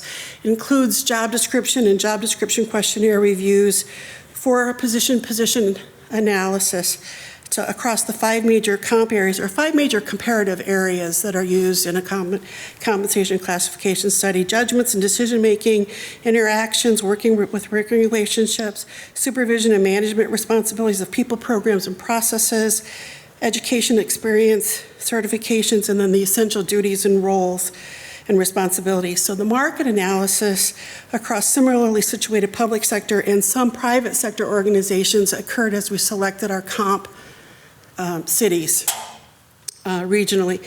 Reports and recommendations and phases for market analysis and gaps, and our classification structure, including the levels within the classification structure, and then the minimum, mid, market, or control points have all been conversations that we've been having with our compensation classification, benefits and compensation manager, Connie, as well as members of the city manager's office who have learned a whole new vocabulary with regard to this kind of a review. We have used, so information is coming back to us at certain levels and in phases, and we've used that information as part of our bargaining process to identify gaps and where we were competitive and where we weren't. And then we will continue to receive that information, and more phases will continue to be completed. And the final recommendations are yet to come. That will include a final reporting and our communication plan, which we've already begun to develop with our consultant. Secondly, our new payroll system activities. Again, if I have to go through tough times, I'm glad it's with our IT department personnel and our finance department personnel as we've implemented the new payroll system activities. A significant amount of human resources staff time working both in and outside of their role has been spent this past fiscal year on the implementation of the new payroll system in Tyler units, and that's assisting with development, activities around training, various meetings so that we're all talking from the same four corners. And it's been a pretty heavy lift for us in human resources, and again, so grateful for the partnerships we have with finance and with our IT department as we have rolled out the payroll and time and attendance components and modules at this point in time. We have piloted our universal competencies within our performance appraisal process. We've developed a toolkit and shared that with departments. So we're beyond pilot. We're in the implementation stage across the organization. It began in 2024, but we're going to do follow-up training for supervisors in April and May of this year. I thought an interesting and pretty significant statistic was that 10,482 online courses have been accessed or completed by staff, and that's not merely those that are mandated or required. So our catalog, our curriculum catalog, and the opportunities for growth and development for our staff is now out there and marketed, but it's also being accessed. We've been involved in collaborative updating of processes and hiring events, whether it's through PIO's flyers or leisure services, process improvements in hiring events for our temporary staff who work for us in the spring, summer, and fall. And as, he stole my thunder, but as Randy implemented, we're ahead of where we were last year as far as recruitment and offer letters for those temporary staff persons. So I think we're off to a very good start this year as well. I want to give a shout out, because we couldn't have accomplished much of what we have this year, to some temporary agency staff persons who have supported us throughout this fiscal year. Once we become fully complemented, staffed, complemented in our staffing contingent, we will reduce and remove these temporary agency staff. Stefana P., her last name is spelled P-R-Z-Y-B-Y-L-S-K-I. If you can say that, you're farther ahead than I am. I want to give a shout out to Marilyn McDermott and to Kathy Hannon. And then we have been, human resources work has been, as a highlight, also targeted working with the Vital consultant who's doing extensive work for the city, including assisting with department head and organizational culture work. And I'm going to let Corey, I'll defer to Corey in her presentation with regard to what some of those very specific kinds of things are and in greater detail. Sorry, I told you I had 2 pages. So you've already heard a couple different times from, I think, the city attorney's presentation and perhaps Randy's regarding the development of our employee resource groups. Human resources role in the employee resource groups is that the information about how to form or charter a group is available on the human resources website, and we provide the liaison or advice or guidance services for anyone who might be interested in developing or forming a resource group. And we will market them and make them available to new employees. It's both a recruitment and a retention process. as far as human resources is concerned. We have also, I want to highlight the job shadowing work that Kelly has done in creating specific forms, compliance policies, and then begun to create those pipelines. We have collectively bargained for agreements, police, fire, and operating engineers in fiscal year 24. And the remaining 3, I'm going to defer to Connie to go into more detail in just a few minutes as we highlight them, but we've continued to work on providing benefit information and education to city staff. We have launched a return to work program, which will positively impact our R factor with regard to workers' compensation, which should ultimately and eventually result in a reduction of cost, and introduced a prescription card for retirees program. So she'll get to those in just a few minutes. I would be remiss if I didn't recognize and point out the Labor Management Excellence Student Engagement Award that the City of Dubuque received from the Dubuque Area Labor Management Council. We were nominated for the award, and then we're ecstatic about receiving the award. But I want to make sure that I give a shout out to specific departments who provided a lot of effort in making sure that we provided internships and opportunities, including our engineering and fire and police departments. And then this is a collaborative award because we also work very closely with the unions, 2 of which I mentioned earlier because we're bargaining their contracts, and then as well as the 2 Teamsters as well.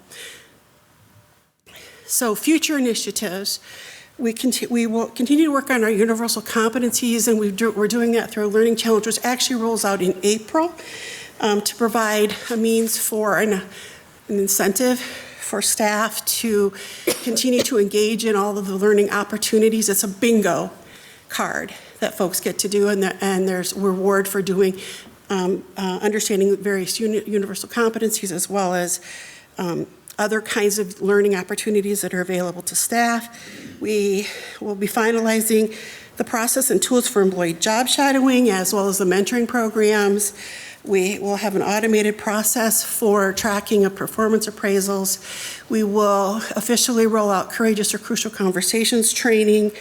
And some of these, I'm sorry, Corey, if I'm stealing your thunder, are outcomes of some of the information and work that we've done with Vital. We will be hopefully rolling out a human resources information system, including benefit administration tools and integration with some of our existing platforms for a full scope human resources information system. And then again, we'll continue to provide communication to retirees and existing employees with regard to retiree benefits. Working with Jesse, who left, on a review of our web pages on Cody for accessibility and to make sure that there's accuracy and accessibility. And then we will be bargaining the 2 Teamsters contracts in next year, starting in January. Seems like bargaining just never ends. And then we will complete those phases and implement the final phases with regard to classification and compensation review. So high level, but specific priorities for FY25. Our net property tax support is $508 million, or $508,000. Gosh. Making us nervous. Sorry. 508,467, which is an average homeowner's property tax cost for the support of the Human Resources Department of $7.55, which I think is the best bargain here at the city. We do have 5 activity areas that we participate in, or that service areas that we provide internally facing here at the city. Those defined activity areas are development and learning, recruitment and hiring, also known as talent acquisition, employee relations and engagement, compensation and benefits or total rewards, and our administrative staff support. All of them, all of those service areas are solidly built upon and centered on the 5 pillars that are indicated here: resiliency, sustainability, equity, transparency, and compassion. Central to each of those service activities.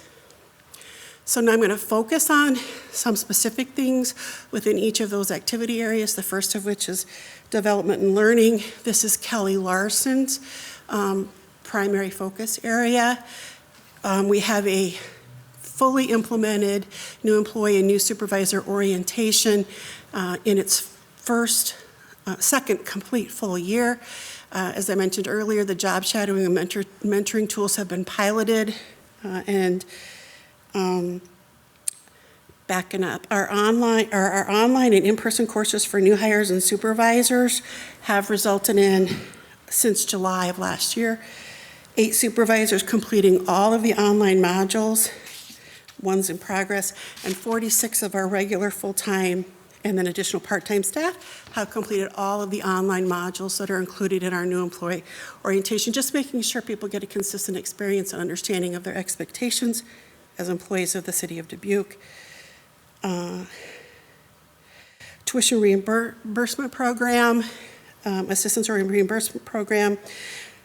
We have expended so far 58% of our funds allocated to that so far for FY24, and 38% is committed by the end of this year, this fiscal year. If my math is right, and I went to law school so I wouldn't have to do math, that's 96% with our current commitment for tuition support, again, as a retention tool for employees of the City of Dubuque. We developed a logic and skills-based job class schema, which was necessary for the implementation of the payroll system so that we have job positions and job class. An employee master, sorry, Jenny, calling it the wrong thing, that did not previously exist, so we were able to do that. Let's see. Both Kelly and Keisha collaboratively developed and implemented that new logic system, the Tyler Munis HRM components, with permission from the University of Iowa. I did steal the schema that I had already developed there and then applied it where it was applicable here. And then Kelly and Keisha just took it from there. And then for development learning, Kelly has worked to create time and attendance user guides for all employees. Transition to a new system can be very hard, and having those learning guides available to folks when they're ready to access them and at the time that they need to refer to them has been so beneficial. We've heard so many positive things about those user guides that she's created. And then we have customized guides for each CBA, and then we have implemented them across 3 phases of training. We continue to do the exit interview vendor search. Providers have been interviewed and a recommendation has been provided. And then prior to implementation, we want to determine what our employee, we want to get the hire of the employee relations person on board. And then we continue with our weekly webinars. In the service scope of talent acquisition, so this is the recruitment and hiring processes. Again, talent acquisition is, as I mentioned up there. We have finalized the updating of our applicant tracking system here at the city. It's called NeoGov. We anticipate prospective integration with the Tyler Munis payroll and demographics pieces. We have completed, we have successfully required the mandate that there's a 2-part training for anyone who serves on a hiring or interview panel so that there's a clear understanding of roles and responsibilities and how to serve in that role in a non-biased, non-discriminatory manner. All of our applications continue to be done online, even those that we've done for the seasonal employees at job fairs where persons could apply and be interviewed instantaneously. Our background check process continues to be updated and we faster and faster. I'm grateful to Tony Breitbach, who's our risk manager, and Krenna, who serve on our appeal panel or review panel if we do have something that pops back, to make sure that we are hiring the best and most qualified and not discriminating on the basis of something from a background check. Our digital recruitment pieces have been done by PIO, and while Randy would probably take credit for that being the exclusive means by which we were able to be ahead of target, it's an important part, but it's not the only reason. I think there's been a great collaboration with Leisure Services and those staff, as well as continuing to look at how we can do that faster, better, and still maintain the integrity of the recruitment and hiring process. We did revise both the police and fire civil service tests using best practices as a factor and trying to make sure that we excluded any potential bias, express or implicit, in those testing materials of candidates, so to ensure that that process is more inclusive.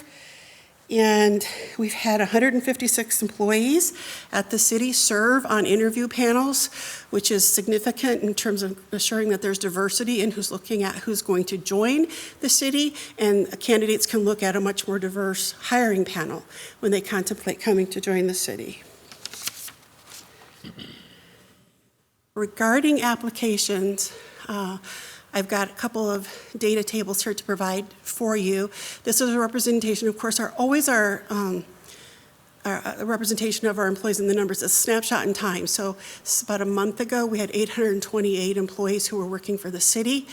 Of that, 65% were male and 35% identified as female.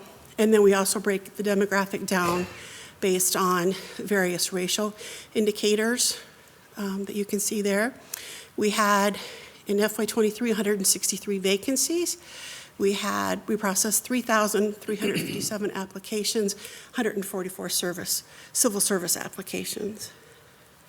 So the next 4 slides are hopefully going to give you a visual representation versus a boring table with regard to our employee applications. So these 2 pie charts reflect the application pools for FY20 and FY21. The green part of the circle represents persons who reported and identified as white. What we want to get to is the green being smaller part of the pie and much more colorful wedges and a larger wedge to represent much more racial diversity in our application pool. To be clear, so this was FY23 on the right. I'm going to go back. And then that was where we started in FY20. So you can see a much more rainbow array in the wedge for FY23 and a little smaller part of the pie that identify as white. And I want to be clear, for our data, we wanted to make sure it was a good representation. This represents the number of applicants who met the minimum requirements or qualifications as they were posted. So it's not just a number of applicants, some of whom may not be qualified. These would be persons who met minimum qualifications. And then these are our hires. Again, FY20, FY21, again broken down by demographics. And now compare that to where we are in FY23. And so what's exciting is, I think it pops as a visual, that we're hiring much more people, much more diverse, at least racially, persons to come and work at the city, and much more representative of our catchment area. So we're bringing in a lot more diverse applicants, and the net is that we have a ways to go, but we're hiring much more racially diverse persons to come and work at the city. In our employee relations activity, we continue to work with the city manager's office on the wellness and employee satisfaction surveys, as well as carrying out follow-up. Much of that is being directed and has oversight by Vital. And again, deferring to Corey to focus on those specific actions. Continue to do the complaint process with reviewing for trends. We did 14 investigations based on a complaint to date in FY24.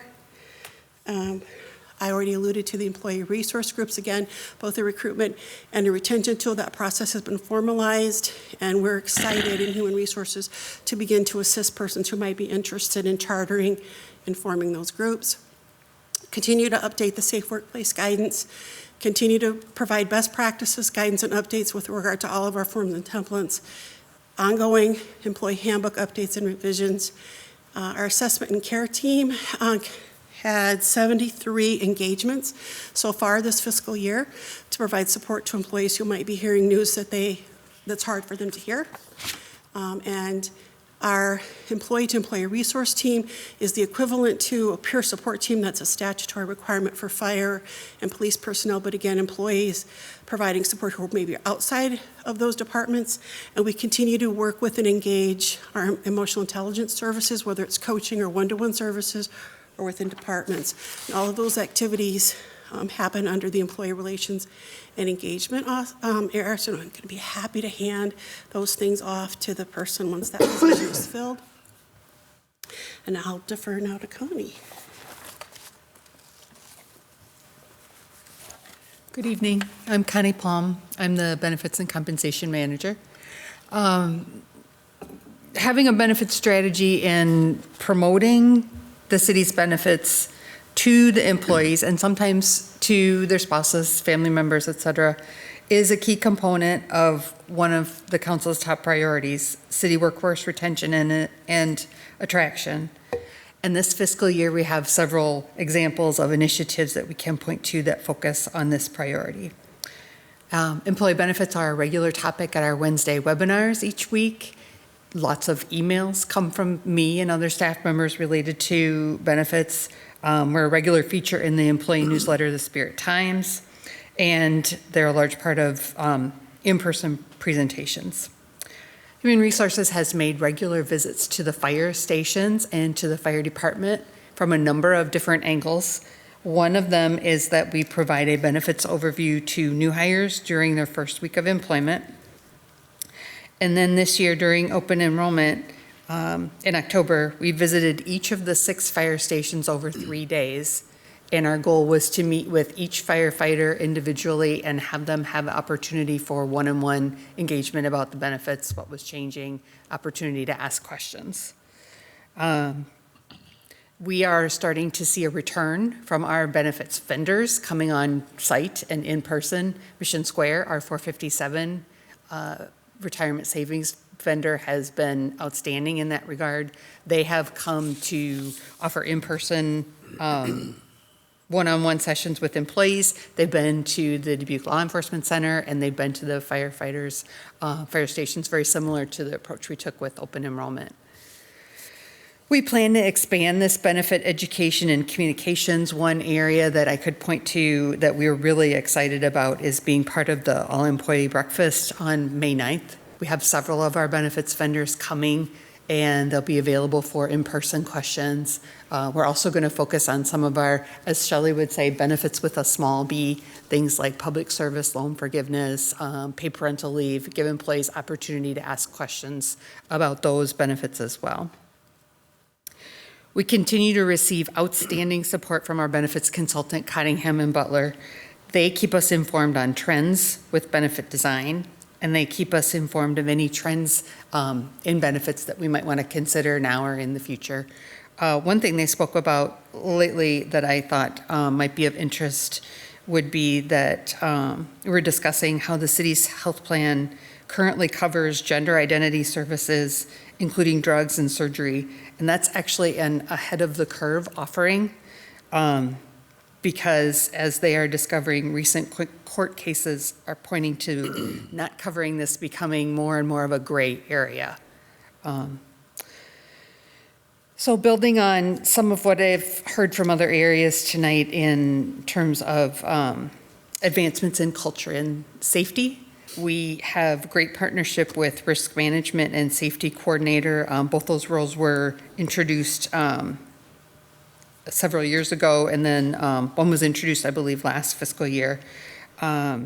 We launched a return to work policy and program, and as Shelley mentioned, that helps us get employees back to work. The study after study will show when an injured worker does not return to work, the longer that they are off work, the less likely they are to come back to work.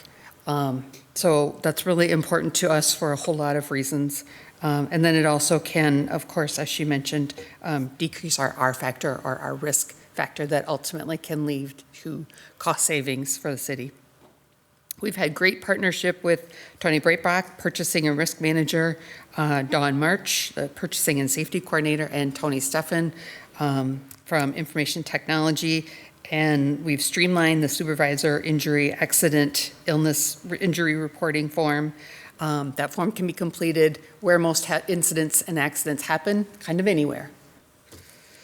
We're encouraged to see an improvement package request to add a fire captain within the fire department. This role would have a safety focus and would align well with the steps that we're already taking to increase the culture of safety. Last but not least, from a benefits perspective, we continue to find ways to grow in efficiency and provide value-added services. A couple of these I would point to is, first would be the pharmacy card that we introduced to police and firefighters who were retired due to job-related illness or accident. They can use this card, they swipe it anywhere for any prescriptions related to that illness or injury related to their job-related situation. And then we also completed a review of IPERS eligibility for our temporary employees. We worked closely with IPERS to make sure that the city is properly administering that very important retirement benefit. I'll turn things over to Shelley. Thanks, Connie. It's just nice to hear a different voice. We're all it gets to be kind of a long night for you all, I'm sure. So there were 2 recommended improvement packages that were requested. The first is for the Human Resources Information System. So this would address the gaps in the modules or components that are not contained within the Tyler Munis system. So the typical kinds of, and then you can certainly read this in the policy book, but the typical kinds of components within an HRIS system include the talent acquisition piece and a development and learning piece. And right now, most of those we're covering through NeoGov. So NeoGov is our applicant tracking process, and Learn through NeoGov is what we're using for development and learning. And then, of course, payroll, and that is being administered now and recently rolled out through Tyler Munis. The missing pieces include benefits administration, the compliance pieces, leave administration, employee records, or I always refer to it as like the e-personnel filing system, and maintenance of that system, and then an employee self-service or an employee access component. So the request is to fund an opportunity for us to hire someone to help us with the RFP, identify what resources might be available to fill those gaps, and then how would they integrate with the existing systems to create a whole HRIS system. And then the temporary scanning clerk is to just deal with the mountains of paperwork that we still have in hard paper or hard copy form, so that if and when we get the HRIS system, we can take the historical information and get it uploaded to the appropriate location within that. Our performance, oh, it's tiny. Our performance measures, I'm going to look down here because I can't see that up there. Our performance measures, again, our intent is to be an organization that reflects those for whom we're providing services. So the first performance measure there has 2 diversity KPIs.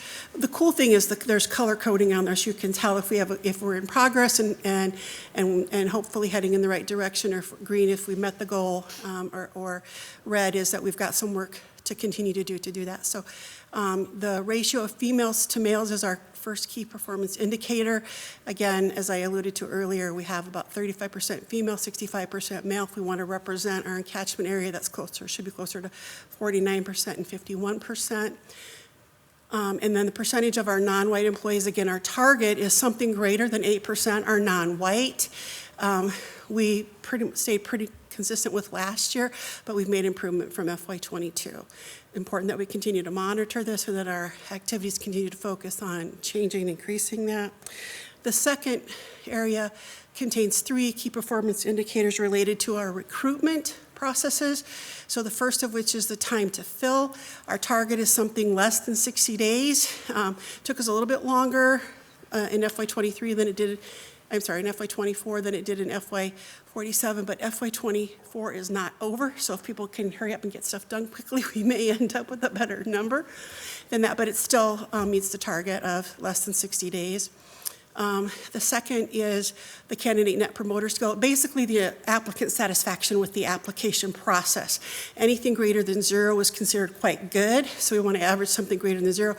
People continue to speak very positively about that process in the survey. And then the quality of hire, we measure that by employees who continue to be in service 1 year after they're hired, the presumption being that they are succeeding in their role. And again, our target is something greater than 75%. We hit 90% of our employees. So again, important goal to continue to monitor and measure even if we are achieving it. And then the third is our employee engagement, key performance indicators. We measure these primarily by 3 survey questions on our annual employee evaluation. The first is, the question has to do with I work with someone that I trust or consider a friend. I'm probably not phrasing that correctly. Thank you, Corey. And we want something greater than 75%. We categorize it here as a relationship with peers. Studies would say that if someone has that relationship with a peer, they're going to be likely more fully engaged and retained. Those who agreed or strongly agreed with that question were at 90%, so that's good.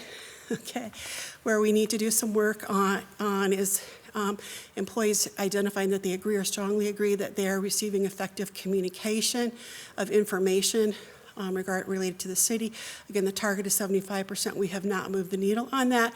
Again, a focus of the vital work is specifically targeted to address that. And then the quality of supervisory feedback, that's the newest one, or newer one that we added. We want more than 75% people responding to the survey that agree or strongly agree with that. Again, not really moving the needle. We've gone from 45% to 47%. Continues to be a goal in progress. And we're available for any questions that you might have. You can ask something of Kristen and put her on the spot if you'd like. All right, sounds good. Thank you both. We are in a public hearing to discuss the human resources budget for fiscal year 25. Do we have any public input on this presentation? Seeing none here. Anything virtually? There's not. Okay, thank you much. No City input. Clerk's office. Thank you very much, Adrian. All right, back to the table then. Any discussion? Yeah, Mr. Resnick. Thank you. Thank you for your presentation. Admittedly, so much going on. And I see a lot of improvement since you've arrived, Shelley, and lots of wonderful things happening. So great. Could you tell us about what the current FTE is here in Dubuque? Yeah, we're about 650, give or take, an FTE. 650. Yeah, we have 878 employees as of the time of that. I guess the last time I asked, it was around 750. So, 740, 762, 746. well, what is it? I'll find it in a second, but it's one of those two. I mean, we would have the budgeted number. Yeah. Okay, if it's 760, that would be, 60 more than it was 10 years ago. We are adding people, and we have many consultants, content specialists that we use because they're necessary.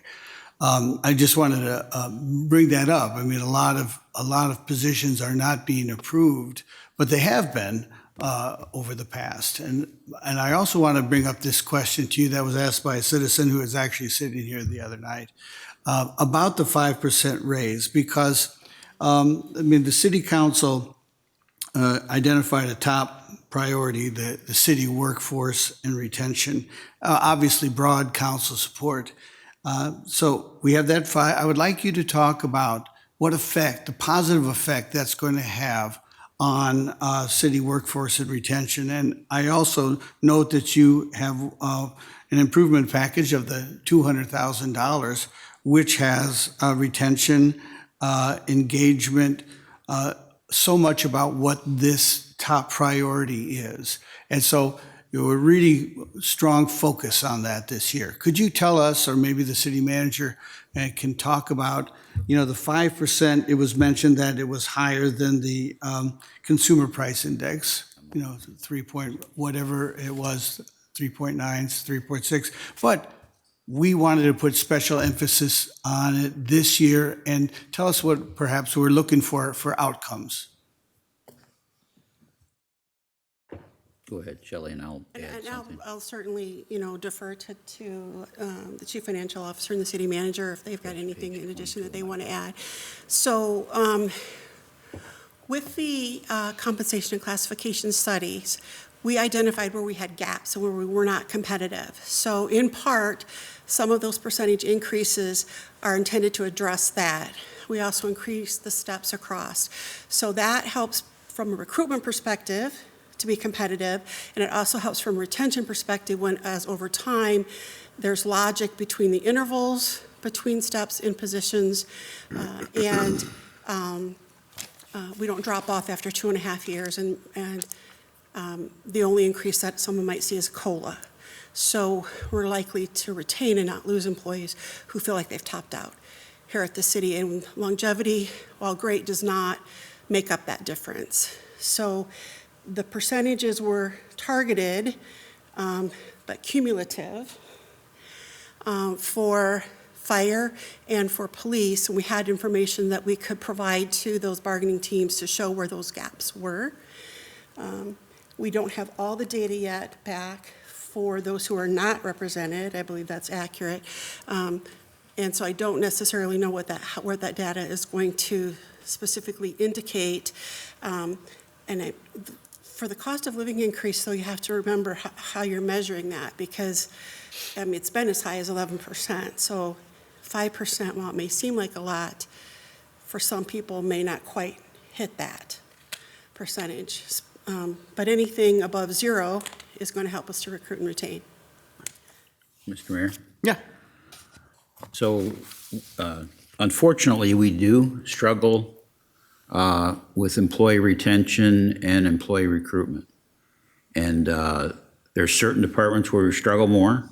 So over the last 2 to 3 years, we've had about an average of 15 vacancies in our police department. And we keep doing all these improvements, like the city clerk mentioned to you earlier, about improving the testing systems, all the activities that our human resources department goes through for recruitment and retention activities. And still, we stay at about 15 police vacancies. And if you look at, I would say 10 years ago, we would get 200 applications for the police department. Today, we might get 15. And so of those 15, we want to find the qualified candidates who, after they have go through the process, want to work here. And we hire them, but then people retire, they take other positions, and we still stay at 15 vacancies. The pay and class study said we needed to be more competitive on salary. So we've accomplished that with the last negotiations that the council just approved. But it's not just that department. In the finance department, it must have been 1.5 years it took us to fill our top budget and finance positions. And 3 times we had accepted offers where we thought, okay, these people are coming to work for us. They went back and told their employers they were leaving, got big raises, and never came. Now, fortunately, we've hired 2 very qualified people, and that's great, but it took a very long time. In engineering, same struggles. We had the environmental engineer position was open for well over 2 years. We ended up with 1 applicant in the end.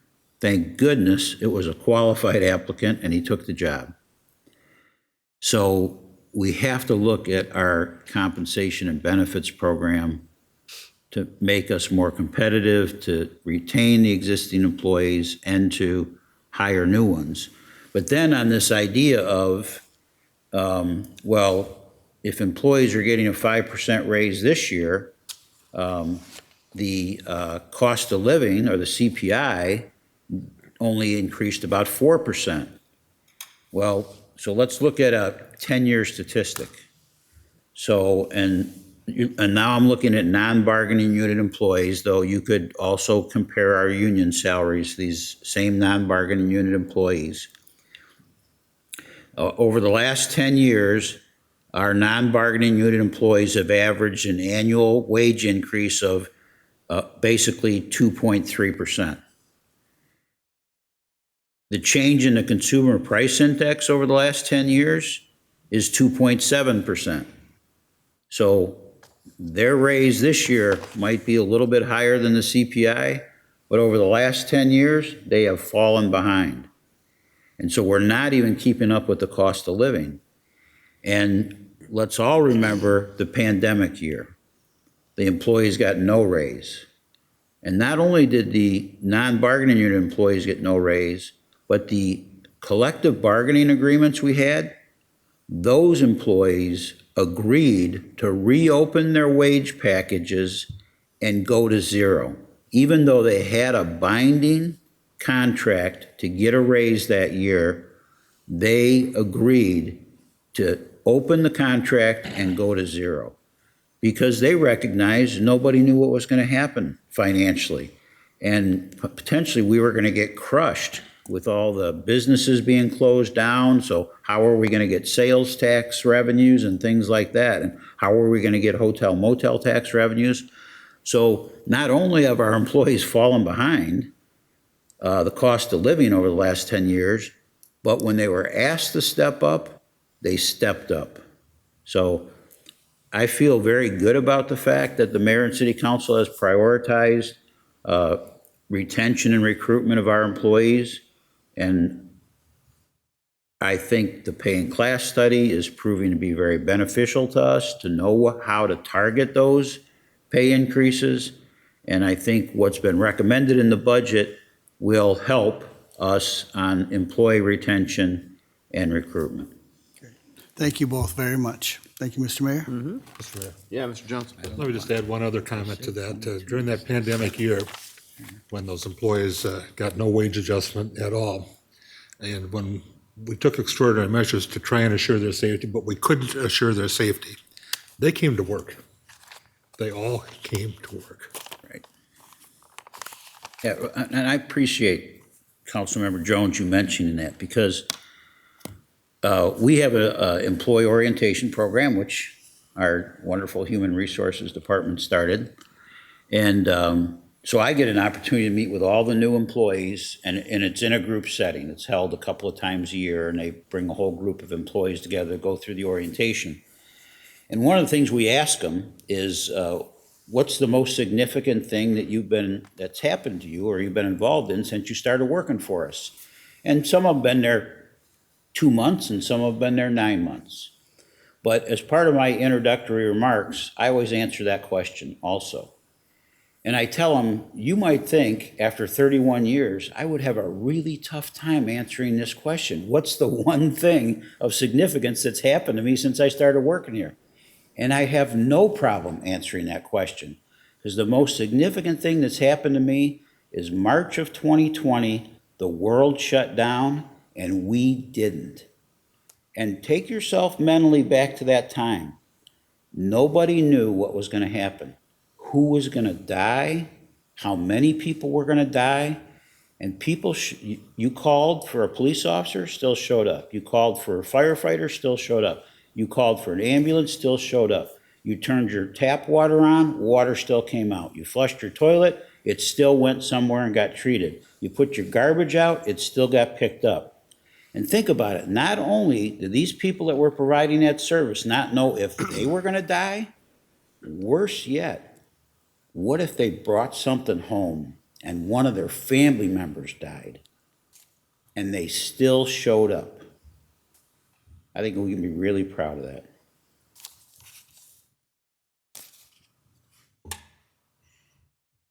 Ms. Barber? Yeah, I just have a question about the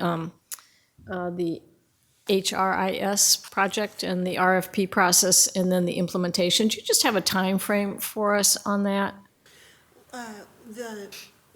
We're hoping that we can, if it's approved, that we can begin the consultant search right away, starting July 1st. In fact, a little before that, if we think it's likely to be approved, so they can kick it off. The implementation is a little harder to know, but the RFP process can hopefully be completed by December, and then it's just a matter of selecting, working with that consultant to determine integration, and then a phased integration approach. So as I had mentioned before about thought leadership for AI and generative AI, is that going to be part of the RFP and the details behind some of the efficiencies for your operation and some of the time that's saved based on automation? I haven't written it yet, but it will. Okay, I look forward to hearing more about it. Thank you. Anybody else? Yeah. Mr. Mayor, Oh, go ahead, Ms. Russell. thank you. Shelley, on one of your slides, you talked about an exit interview, because we know that some of our employees do end up leaving us. Could you give us some insights on maybe what you do with that information, or some insights you've gained on why people are leaving us? Yeah. So we haven't formally implemented the exit interview process, but the insights that typically are gained are to look for trends as to, why people are leaving. Similarly to implementing our termination, voluntarily involuntary termination reason code, so that we can look for trends. Are there issues within a specific department? Are there issues with a specific supervisor? Is it things that the city can't control? Like, I'm following a trailing spouse who's pursuing their education at Syracuse. But what are the things that we can control, and what are the kinds of things that information can provide? The employee relations manager will also have responsibility for stay interviews, because once it's an exit interview, the person's already gone. Good information. Stay interviews are conducted for persons at different intervals to identify why are you electing to stay. Is there anything that would cause you to leave? And then we can more proactively address any of those issues or trends. Anything else? Thank you. No? All right. Thank you. Ms. Weffel. Well, I was going to ask about exit interviews also, but I think my question might be a little different. I know that there are some informal exit interviews that do occur right now in certain departments. My interest in having outside exit interviews, so a non-city individual conducting the exit interviews. Could you speak to what you're looking for in this project moving forward? What would we expect to see, and what will that look like? Right, we would expect a report. Most of those exit interview vendors have variations of the report. And the presumption is that if I may be more forthcoming if it's not someone that I had a personal relationship with at the city. So an external vendor oftentimes can provide that safety and security to get reliable and more accurate information. So we're looking at a minimum of a 3-level report. One is, common threads or themes with regard to the exit interview information, and then recommendations from that employer. And then certainly if we do have any compliance issues or concerns, that we can address those immediately. So those are the primary tiers from an exit interview vendor. And do you have an anticipated timeline in which we will start to have those be active? The dollars are there, so it's a matter of Kelly being able to get off of Tyler Munis guides and engaging that vendor, and getting a contract before legal and the city manager. Okay. So in the next few weeks. Good. Excellent. The other thing I just want to say is I know that in a lot of HR departments, especially for larger organizations like our municipality, having consistent HR policies is crucial to making sure that we are treating everyone equitably, that people are receiving what they need from their employer and doing it in a systematic way. And so I appreciate so much that the city, the people that came way before me realized that that's something that needed to be done. And I'm so grateful for your work. So thank you. Thank you. I couldn't agree more. I don't want a person's employment to be thought of as arbitrary, depending upon the location where they work. All right. You're doing more than I realized you're doing. That's a lot. I mean, it's a great presentation, very comprehensive, and it was there's a lot going on with human resources, and so much. You're building out a team that you've been trying to build out for a while, and it's great. Connie, thank you very much for joining the presentation.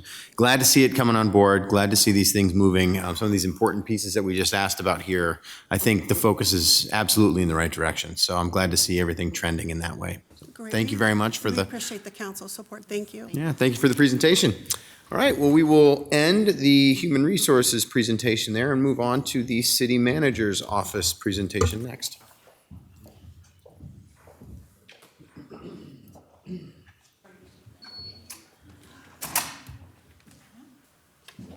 guys? Yeah, go for it. We're just making the rounds. Can we have like a yoga intervention? PowerPoint. Terry, can I confirm that you're there and we can hear you? Yes, ma'am. Hi. Hi. Can you hear me? Yes, ma'am. Can you hear us?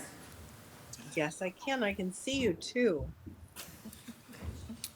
All is well. All right.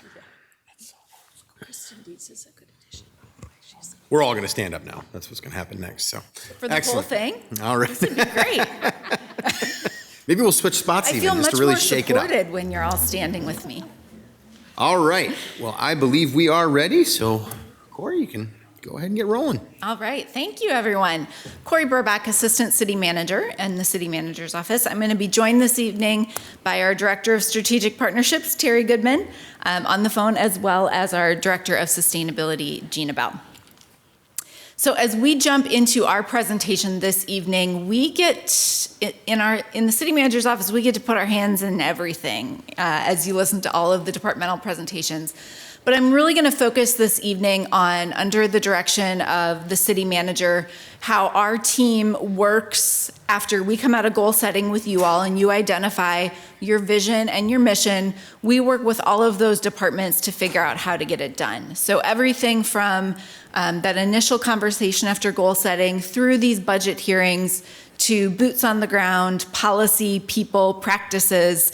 Our vision and mission really tie back to your vision and mission that you see on the screen. We have a really phenomenal team in the City Manager's Office. You see their names up here. We have several staff that are fairly new to our department, and we're also excited. We didn't quite want to put a name up there yet, but we're very excited to have an offer out there for a climate action coordinator, and we are hoping to bring that person on board soon to be part of our team. So when we talk about creating an equitable community and organization of choice, we're going to focus on 3 different ways that happens this evening in our presentation, although we work in all 5 of these pillars every day. I'm really going to focus my portion of the presentation, as Shelley alluded to a little bit, on that internal piece quite a bit in my remarks this evening. So we've been focusing a lot in partnership with the Human Resources Department on internal culture development and equity for our own employees, and doing all of that leading with a lens of compassion. You are obviously going to hear quite a bit about resiliency and sustainability when Gina Bell comes up to present, and then when Terry Goodman presents, you're going to hear how our priorities of resiliency and equity and sustainability align with the grant opportunities that are out there from the federal government right now, and how the work that you all have directed us to do for many years in this room has really brought us to a point where we are ready to capture the opportunities that were out there from the federal government. So that's how we're going to present our work in these 5 areas this evening. I am really lucky to get to work with a team, and when Shelley said she was stealing some of my thunder, she really wasn't.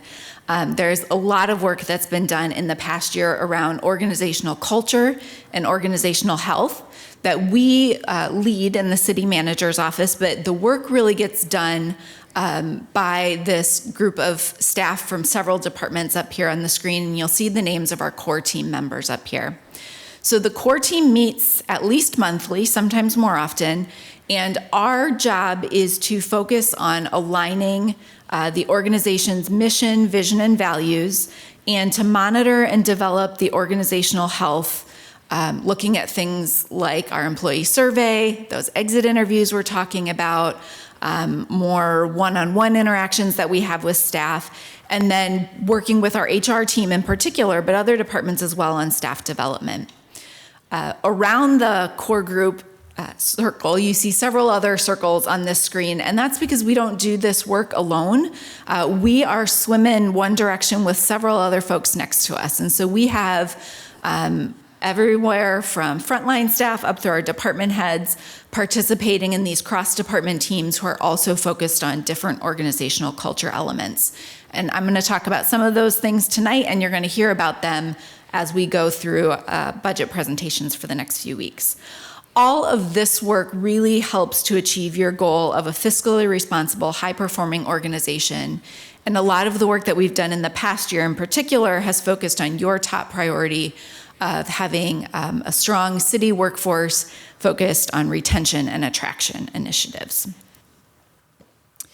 So we ground the work of the core team in our annual employee survey. We've been doing that survey since 2018.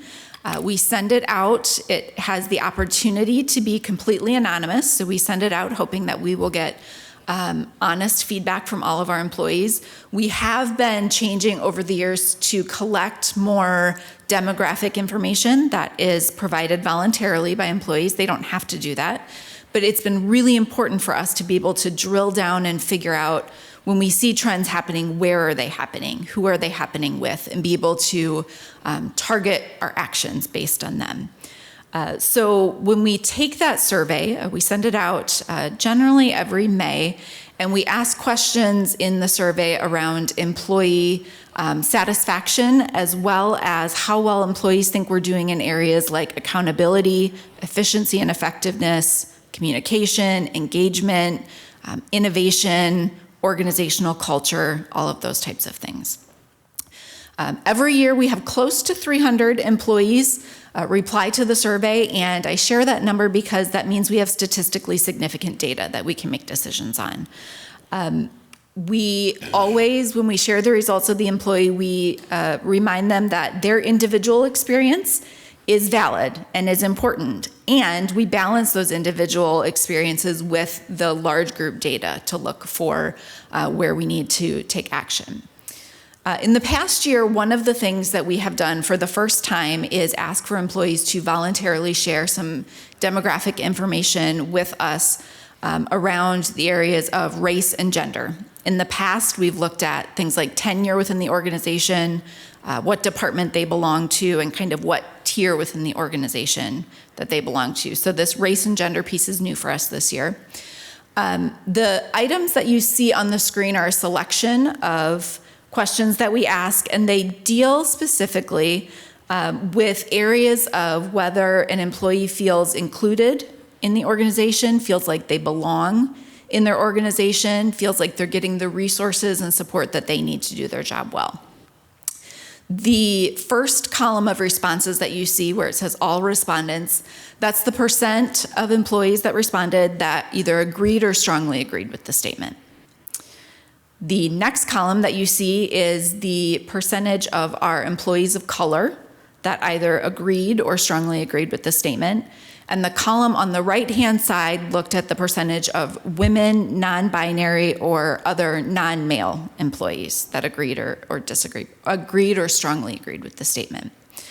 What you can see is a little bit of good news on the far right. So every number in green is where that demographic group scored higher than the average of the organization. So when we talk about women, non-binary, and other non-male employees, generally they actually responded more positively to these questions.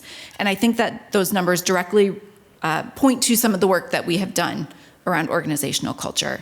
The concern that I have is that middle column of red numbers that tells us that our non-white employees are not experiencing the organizational culture in the same way that our white employees are. And so as I go through the slides focused on organizational culture, I'm going to tell you that that has been the priority for our core team in this year, and working with our department heads and our leadership team to make sure that every one of our employees is experiencing a positive work environment when they show up at the City of Dubuque.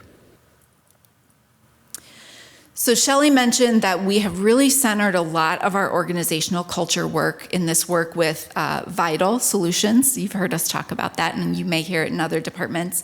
And I want to thank you all for investing in our employees. It was not a small improvement package that funded this work, but it's been incredibly important for our department managers to get on the same page. And we talk about the work that we're doing with Vital Solutions as creating communities of practice. So this year, our department heads have been meeting. We have monthly all-team meetings. They're day-long retreats. We just had one yesterday.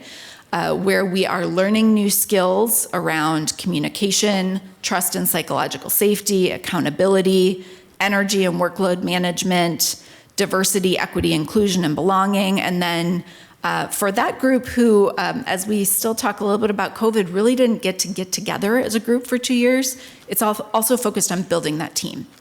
So we meet once a month as a full team.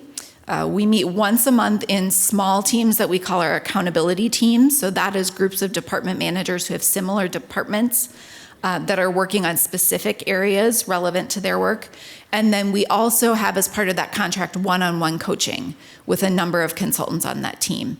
So we all have the ability, Mike and I included, to work on goals specific to our own individual needs. Paired with that work, so that is kind of the organizational culture umbrella focused on communities of practice.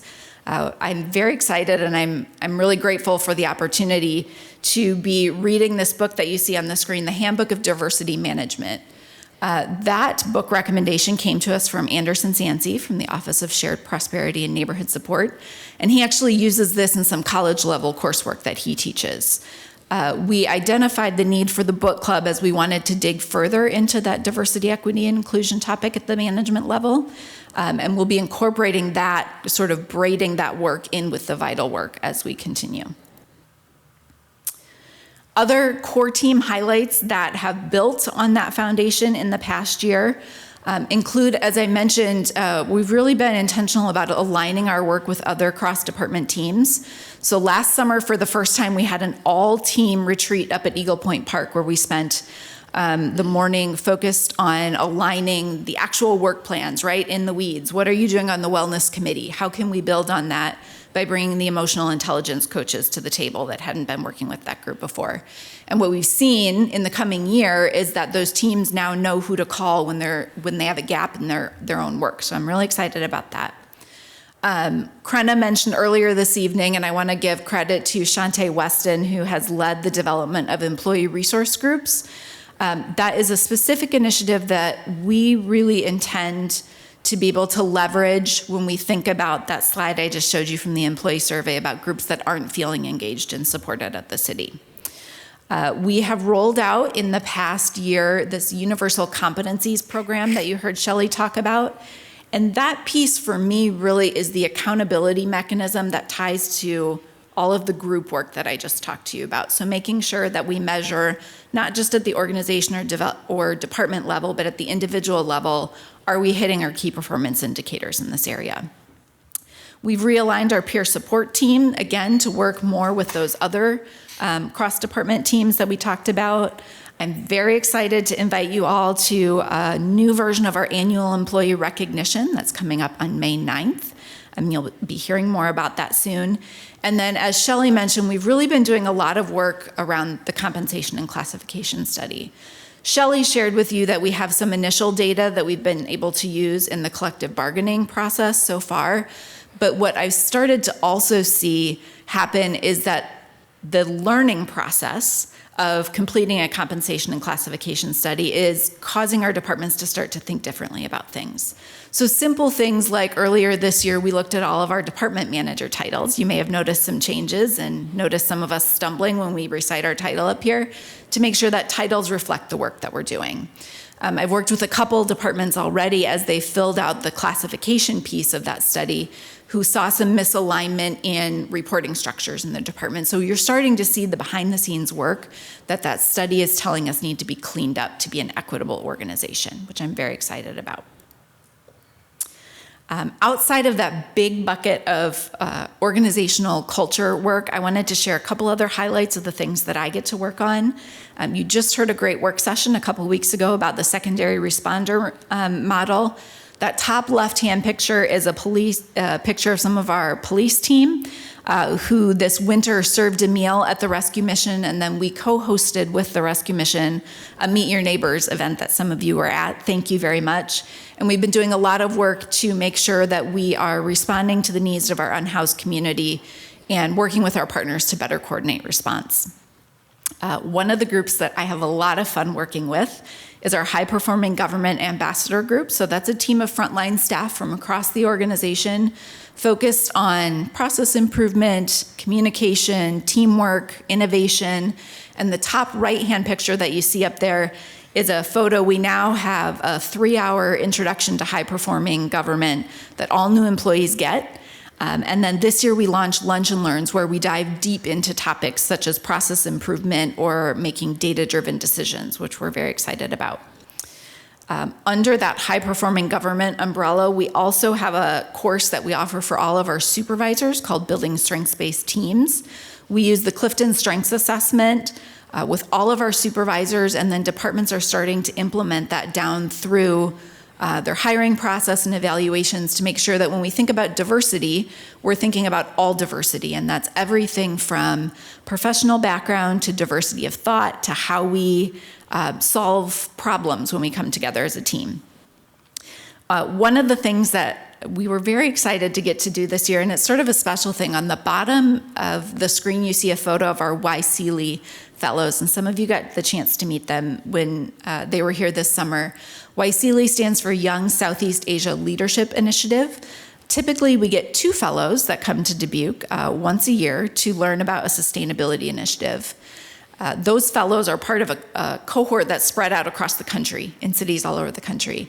We were honored when the International City Managers Association called and said, we have this cohort that didn't get to come to the US during COVID. Would you have them all in Dubuque? And of course we said yes. So we got to spend a week with that cohort that you see on the screen. They also spent time in Rochester, Minnesota.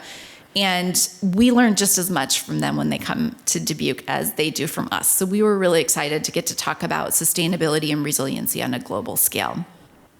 And then I'm going to share when we get to our performance measures that one of the key things that happens in the city manager's office continues to be responding to resident requests and making sure that we provide high quality customer service. So with that, I'm going to introduce Terry to flip us to our strategic partnerships work. Thank you so much, Corey. And thank you in advance for moving the slides forward for me. I'm very grateful. I just want to start out and tell you all that this past weekend, and my title is Director of Strategic Partnerships, we were very happy. Our daughter Ellen and granddaughters and her friend Christina Castaneda and her daughter, we all went over to University of Dubuque to see the college student performance of Godspell. And it was really fabulous. We went to the Farber ticket office and then got inside the theater and the performance center. And I saw Councilman Resnick and his spouse. And we just so enjoyed it. But, it closes with a song that was added to the musical. It was actually added for the cinematic production of Godspell, and it's called "We Can Build a Beautiful City." And I must say, thinking back and reflecting on the last few weeks with so many of you and our trip to DC, going down to Dubuque night, I'm just so grateful to have the opportunity to for the city manager, with the city manager and city staff, but also to help make our community a more beautiful city. And I applaud you and the work you do to really make Dubuque a wonderful place to live that is more equitable and resilient. So that's the first slide. Corey, if I could just go back to that for a moment. If I'm wondering if Randy can there. Thank you, Randy. And so as much as Corey's office is primarily, or her work is primarily inward focused at the city, and not entirely, because she just gave you a litany of things she does for people in the community, and also with folks at the State Department and with ICMA. But our office, and it is Justin Tilchin, who is our new grant assistant and data analyst for grants. We are really outward facing.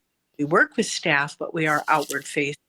And our work is to foster, an open and transparent and consistent relationships with our county, state, and federal government.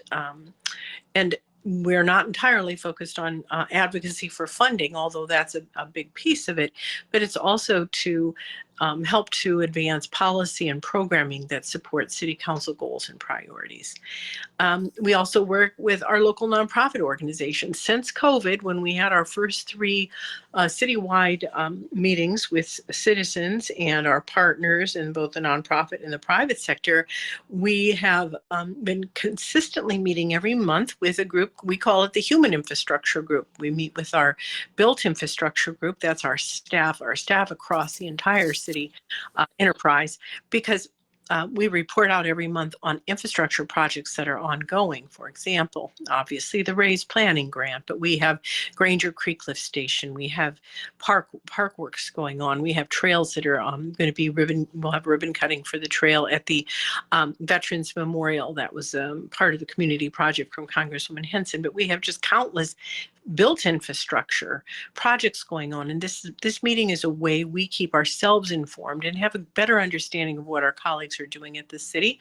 And also that meeting is attended by our partners from ECIA and frequently from Greater Dubuque Development Corporation. We also have a human infrastructure group that meets every month. And these are nonprofit organizations. What Justin and I have done since COVID, because the number of grant opportunities, is really try to meet and get information out to our nonprofit organizations or to the private sector if it applies, letting them know about funding opportunities for their mission and vision. And then, of course, our local businesses are also part of this. And when we are called to help, whether it's to research a brownfield grant opportunity that we could work in partnership with them so they could further develop land, property, or businesses in the community, we do that. But we meet frankly with anyone when they call. Next slide, please. Yes, and as I mentioned, we've mentioned this last year and the year before, but we are living through a period in history where we have an unprecedented opportunity to secure grant funding. And as Mike pointed out earlier in his comments about our emergency providers and firefighters and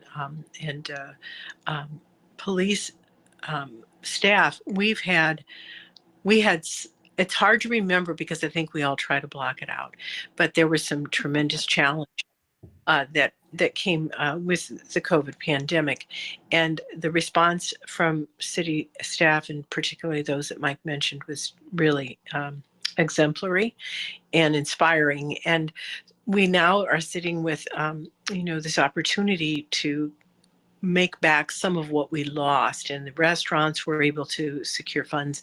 The EIDL loans helped our nonprofits received other grants, and of course we received funding from ARPA. But there were the 3 big pieces of legislation: American Rescue Plan Act, the ARPA, the Bipartisan Infrastructure Bill, which is also now the funding source for the Raise Planning Grant and hopefully for future infrastructure projects in Dubuque. But then we're now just really beginning to feel the impact of the Inflation Reduction Act. And I know that Gina Bell and Justin Tilchin have been working hard to have the White House advisor who spoke with us in Washington last week come to the Growing Sustainable Communities, because I don't think our private sector understands the opportunities for them with tax credits for energy and for energy savings, and our nonprofits and the city itself for individuals. So hopefully we're going to learn more about that in the coming months, and we'll be part of helping to educate the community about that. So we've had those meetings, and the amount of money that we've brought in grants and either direct allocations or competitive grants is significant since 2022. Next slide, please. And when we talk about what we do too, it is as Corey said, we follow your goal setting, your goals and priorities every year. Mike said that's what you do. That's the direction you take, and that's where we go. So these are just a few of the grants that we've received, but we think it gives you a nice overview of how it begins to address your goals and priorities. From state grants like the Dubuque Black Heritage Survey, which was outstanding. The work that's come out of that is really great, and it's been a tremendous asset for the community. The Arts Re-Grant Program, as I mentioned, solar panels, Safe Streets for All, Raise Planning Grants, EV buses and charging stations, and the amphitheater from the state grant down at the Chaplain Schmidt Island, and so much more. But we're just trying to build that beautiful city with you. Next slide. And when it comes to state advocacy, as I said, there's federal advocacy. We took such a great group out, and I have to say the mayor did an outstanding job at the White House and at all of the departments, introducing our diverse team to federal staff, and does such a great job representing our community. Councilman Danny Sprank took a delegation, including Marie Ware and Corey and Anderson Sansi, over to the Interior Department because we had to split up. Gina Bell helped to establish a meeting with Chris Castro again at the Department of Energy. We had wonderful meetings there. And I also, wanted to thank all of the city council members who attended the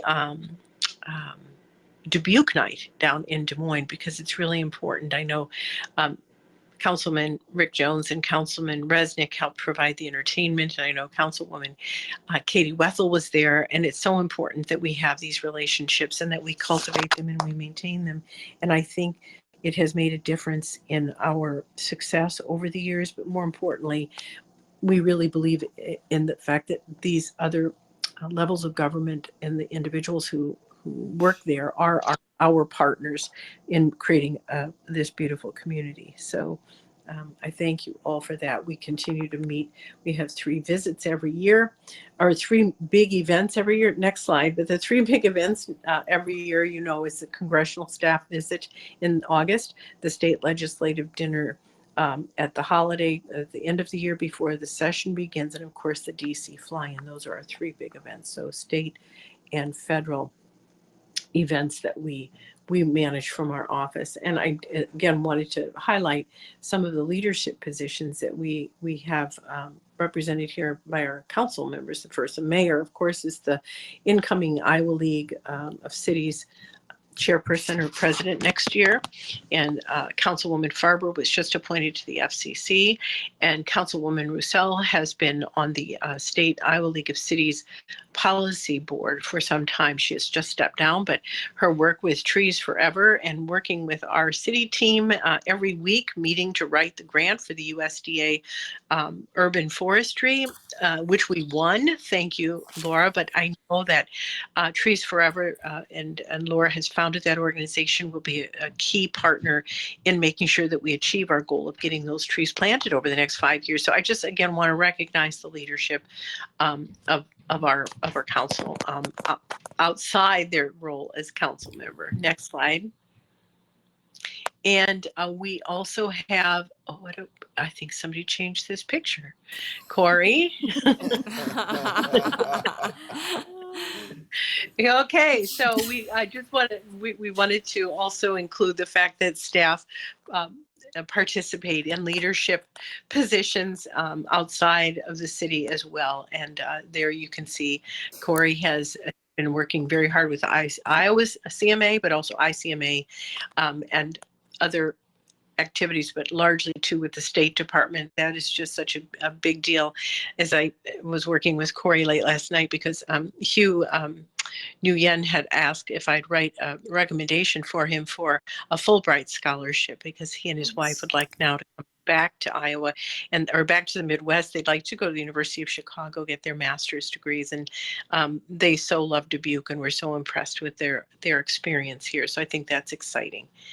And so I just, again, want to say thank you. I mean, I'm filled with gratitude for the support we receive and the work that we do, because it is truly impactful in terms of the change it can bring about in our community and has brought about. So I'm finished with my piece of the report now, Corey. Terry. Thank you. I did sneak some photos in this one. I didn't have a photo, so in the bottom right, the photo that you see with me, unfortunately, the individual on the far right, Amanda, has left us, but you see Mia Burbach, Stephanie Valentine, not pictured here is Ann Schreier, and I think you all at the dais know this, but those folks keep us running at the city. They know all the things, so I wanted to make sure that we got some credit for them in there as well. Wait, could we go back to that slide, Corey, Yes. please? So Corey Burbach is the president-elect of the Iowa City County Management Association. Matter of fact, she's leaving tomorrow to go to their 3-day conference. I think we should acknowledge and recognize that. And then with Terry being sworn in there as the chairperson of the National Capital Planning Commission and also serves on some other groups, but that is an extremely prestigious position in Washington, D.C., to be responsible for all the federal buildings in Washington, D.C. Mike, I usually do say this, and I say it to Wally Wernimont most of all. I am the Wally Wernimont of Washington, D.C. and the metro area. I have a much greater appreciation for the work that he and his team do every day for the city of Dubuque. So thank you. Before I leave this slide, I think the reason that it's important is because the work that we all do in this room is about public service. And public service does not stop at city boundaries. And the work that we get done to improve our communities and those we serve can't happen if we stop work at city boundaries. So I'm really grateful to work in an organization that recognizes that the time I spend with these state and national organizations is about lifting up all of our communities. So thank you for the support in the time that many of our staff take to do work like this. It's really important and helps us get our job done here. When we think about what comes next for the city manager's office, I'm going to focus a little bit on the administrative side again, and it's really, as Shelley said, we've laid a great foundation. I'm going to steal Nikki Rosemeyer's pillars and basement references after tonight. We are very excited to be expanding the work that we're doing with Vital on organizational culture to our leadership team this summer. So leadership team is about 110 folks that help our department manager group to supervise employees. So we will be working with them through that Vital framework this summer. As Shelley mentioned, we're going to finish the data collection and then move into implementation and communication strategies around our comp and class study. Now that we have the opportunity out there for the employee resource group, we're starting to hear from employees who are interested in forming those groups, and we will be working through that process together and figuring out what those groups need. I'm excited for the ERG groups for a couple of reasons. One is to clearly communicate that the city organization supports those groups in getting together, finding their community, identifying the challenges that they see that we can make better. And then from my perspective and from the core team's perspective, when we think back to that survey about how our employees are currently feeling, that's one data point a year. Those employee resource groups give us the opportunity to then go to different demographic or interest groups and say, tell me why you're not feeling included in this organization today. What can I do to support you? What policies do we need to change? What programs do you need? And oftentimes what we're hearing is, what time do we need to spend with you, right? We all move really fast and we implement projects and check off boxes. And a lot of that belonging and inclusion work is about spending time and valuing the people in our organization. So I'm excited about that. We have had funding in the city manager's office every other year for a couple funding cycles now to do a resident survey focused on resident satisfaction. Unfortunately, that funding started during COVID, and so we haven't ever got the chance to do one. But how residents are feeling about our services is important when we think about key performance indicators for several of our departments. So I'm excited to lead that work this year. As Randy mentioned earlier, we are working with IT and public information to find a new system that focuses on how we can improve residents' response. That'll replace what you know as the Web QA system now. I'm going to preempt a question, I think, from Councilwoman Farber. Yes, we are looking at options that have some chat functionality and ways that we can build upon the knowledge of our staff. And so we're really excited about that. And then we are grateful for some funding that you all were able to allocate at the end of the last fiscal year to make some improvements to City Hall and the annex that will focus on things like employee safety, ergonomics, better communication layout, and better response for our residents that come into the building. And as Terry has laid out, we have a lot of work to continue doing on the strategic partnerships, grants, and advocacy side, again, focused on that priority that you identified for us this year, which is making sure that we leverage every federal and state infrastructure grant program that's out there right now And you'll see some specifics in other department presentations about making sure our projects are shovel ready and making sure that where we need to strategically use debt that we are doing so. The net operating property tax support that comes into the city manager's office is just a little over $523,000. And that means that for the average homeowner in Dubuque, about $7.77 is going to support the work that happens in our office. We have one recommended improvement package in the administrative side of things, and that is to take the vital work a step further in the next fiscal year and roll out the work to all of our employees. So it would look a little bit different. We haven't planned exactly what the content would be, but as we develop that shared language, we want to make sure that everyone is getting the chance to interact with that in a way that's relevant to their position. When we look at our performance measures, this is a slide from last evening that the city manager described very well, but in our office, we look at one of our key performance measures focused on property tax rate as we compare to the 11 other largest cities in Iowa. And you can see that as you'll hear throughout this presentation, I think you get really, the residents of Dubuque get value for their tax dollars in the city of Dubuque. Our other performance measures are around maintaining an effective resident response rate. So on the left, you see that we try and make sure that at least 75% of all of our resident requests that come in are closed out in at least 10 days. You'll see that we bumped up a little bit this year.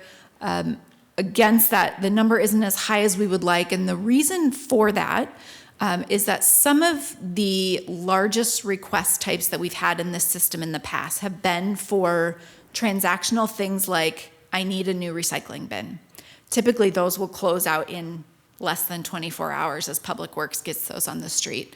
Those requests, as Public Works have rolled out their new tipper cart system and they're using GIS in a new way, have actually come out of this. So it's a very large number of 0 to 1 day responses that we no longer track in this system. And the items that stay in our system are the more complex things that we're tracking through workflows. That might be nuisance abatement or dealing with other items that are going to require legal, for instance. So the types of requests that are in here are getting more targeted as we use other software platforms. And then on the right, you see the response to resident requests that elevate to the level of the city manager's office. And it takes us just under 5 days to get to those and get a solution, which we are very proud of and we consider a priority in our work. And the last performance measure I'll share with you from the city manager's office side of the house builds on the data that Shelley shared with you. So Shelley shared information for all of our employee demographics. When we think about hiring and retaining a highly skilled city workforce, we clearly are tracking organization-wide, but in the CMO, we focus on leadership team as a targeted group. We want our leadership team, which is about 110 folks, to at least, if not better than, reflect our community that we serve. And we look at that in terms of percentage of our leadership team that is female and percentage of our team that is non-white. Now, as you can see on this screen, we're not meeting our targets yet. There's a couple reasons for that, we believe, as we've dug into this data. One, Shelley shared with you that the percentage of individuals who are applying for our positions at the city, and that's true of leadership team positions as well, are reflective of the community, but we're not getting them through to the hiring and retaining stage. So we're looking at, through our employee resource groups and other avenues, why that's the case. The other thing that we have realized as we've looked at this data in the past year is that we have some work to do on pipeline development. So individuals who come to the city at perhaps a frontline or an entry-level position who have aspirations of moving up to this leadership team level don't always have a clear eyesight of how they climb that career ladder. So with things that we've talked about rolling out in the next year, like our job shadowing and mentoring program, we hope that we can start to really intentionally move the needle on this demographic in particular by raising some of our own leaders within the organization, as well as being able to recruit and retain a more diverse applicant pool from the outside. With that, I'm going to turn it over to Gina.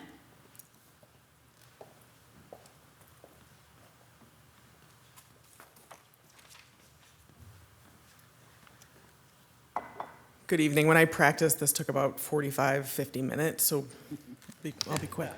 Okay, so I'm going to start out with a joke because I'm half tired and half excited, and so I don't know how this is going to come out. But 2 electric windmills were out standing in a field, and one looks at the other and asked, "What kind of music do you like?" And the other one said, "I'm a huge metal fan."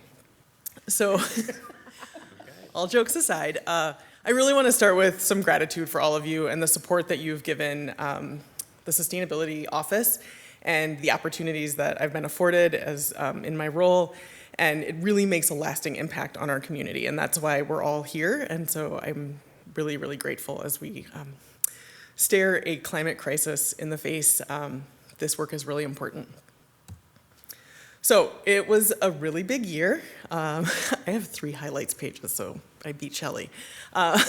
First, we had our greenhouse gas inventory, and we saw a 34% reduction, so we're well on our way to meet our 50% by 2030 goal. I will encourage you as you get past budget and look towards goal setting to really consider a science-based target, which will put us in the running for additional funding sources. It's one of the things that's sort of holding us back right now. 50% was great when we set it, and now we need to catch up. Additionally, we saw that there's 66% of our emissions roughly are from buildings, and so we've really focused on energy conservation and energy efficiency. And through one of those was an improvement package last year to do, well, it was started out as energy benchmarking. So that was for helping commercial entities to benchmark their progress on energy efficiency. Due to some challenges at the state level, as well as the size of our commercial buildings, we moved on to something different, which was an energy efficiency pilot. So we did energy audits with 4 commercial buildings in the Central Avenue corridor, and then connected them to some of our funding and then other additional funding to do energy efficiency improvements. We were also chosen, another highlight is the Cities Forward initiative. So we were one of 12 US cities to be chosen. It's a program of the State Department, and it's about subnational diplomacy as it relates to sustainability and resiliency. So this picture here is us in Mexico City with our partners from Hermosillo, Mexico. And we look forward to continuing our work with them. They're really interested in the brownfields work that we've done in Dubuque. We're really interested in their fleet electrification and their renewable energy work that they've done. And then we were able to finally install and put online our first fast charger, which is located in the Port of Dubuque. This is huge. It's filling a huge gap. The closest one is Davenport that's publicly available. And so I finally got to email the folks who had been emailing me saying, like, I want to make this long trip and stop in Dubuque for a fast charge. Is it online yet? And so I finally got to say that this year. Next, our transportation sector was about 30% of our emissions, and so we wanted to also focus on alternative and active transportation. We see some co-benefits of public health when we have active transportation, so some of our Complete Streets efforts, making sure that streets are safe and accessible for all modes of transportation, and some of that's just educational. There wasn't a big project related to it, but we did get to host Secretary Buttigieg and talk about our RAISE planning grant, and then we also have an interdepartmental team that works on mobility issues, and so it's cross-sector, and we really want to see that that when people do want to use alternative modes of transportation, that they feel safe doing it. We were one of 2 communities chosen to participate in the Iowa Initiative for Sustainable Communities. So that's a partnership with the University of Iowa, and students have been working this school year on about 15 projects, and they've covered everything from transportation, affordable housing, art, and engineering, as well as many other projects. And I also think you will all be invited on May 2nd to their final presentation and celebration. We were also, as a couple of people have mentioned, and I'm sure Parks and Recreation will mention, we were successful in our USDA Forest Service grant that's going to bring $1.5 million to increase our tree canopy. And then a personal favorite of mine was that I got to present to my peers at the Urban Sustainability Directors Network conference in New Orleans.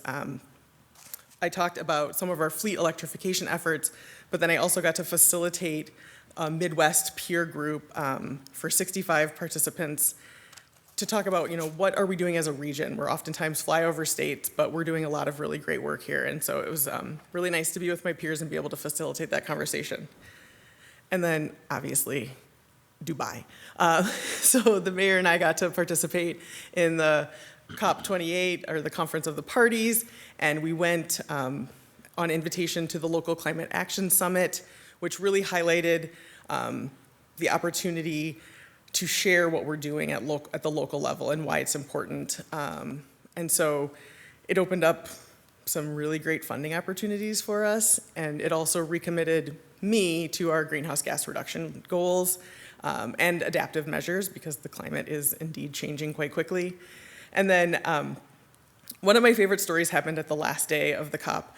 I randomly got into a car on the way to the conference with a gentleman from Ecuador, and we were chatting, and he was telling me that he lives on the Rio Napo, which is leads into the Amazon River, and the work he was doing, and I was sharing where I'm from and what I do, and he said, "Oh, we're river people. Like, we're connected, you and I."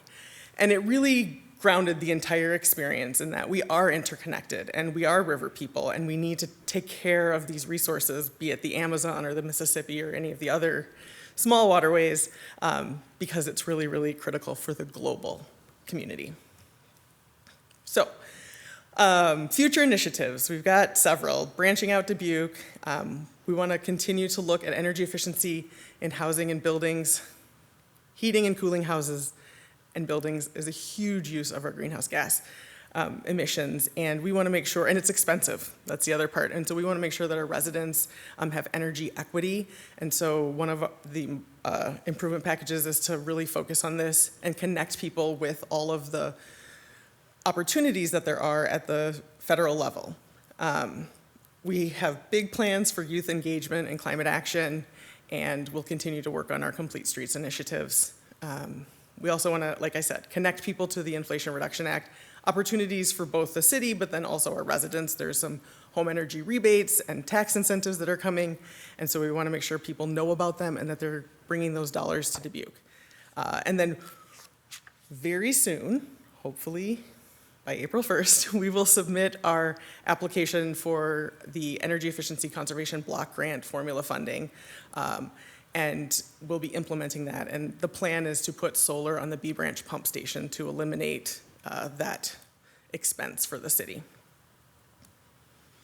So a lot of our work is guided by the Resilient Community Advisory Commission, and they have done a really great job of focusing their efforts on policies and procedures that are in the Climate Action Plan that we may have and they want to see improved, or that don't exist yet, and they've been making those recommendations to all of you throughout the year.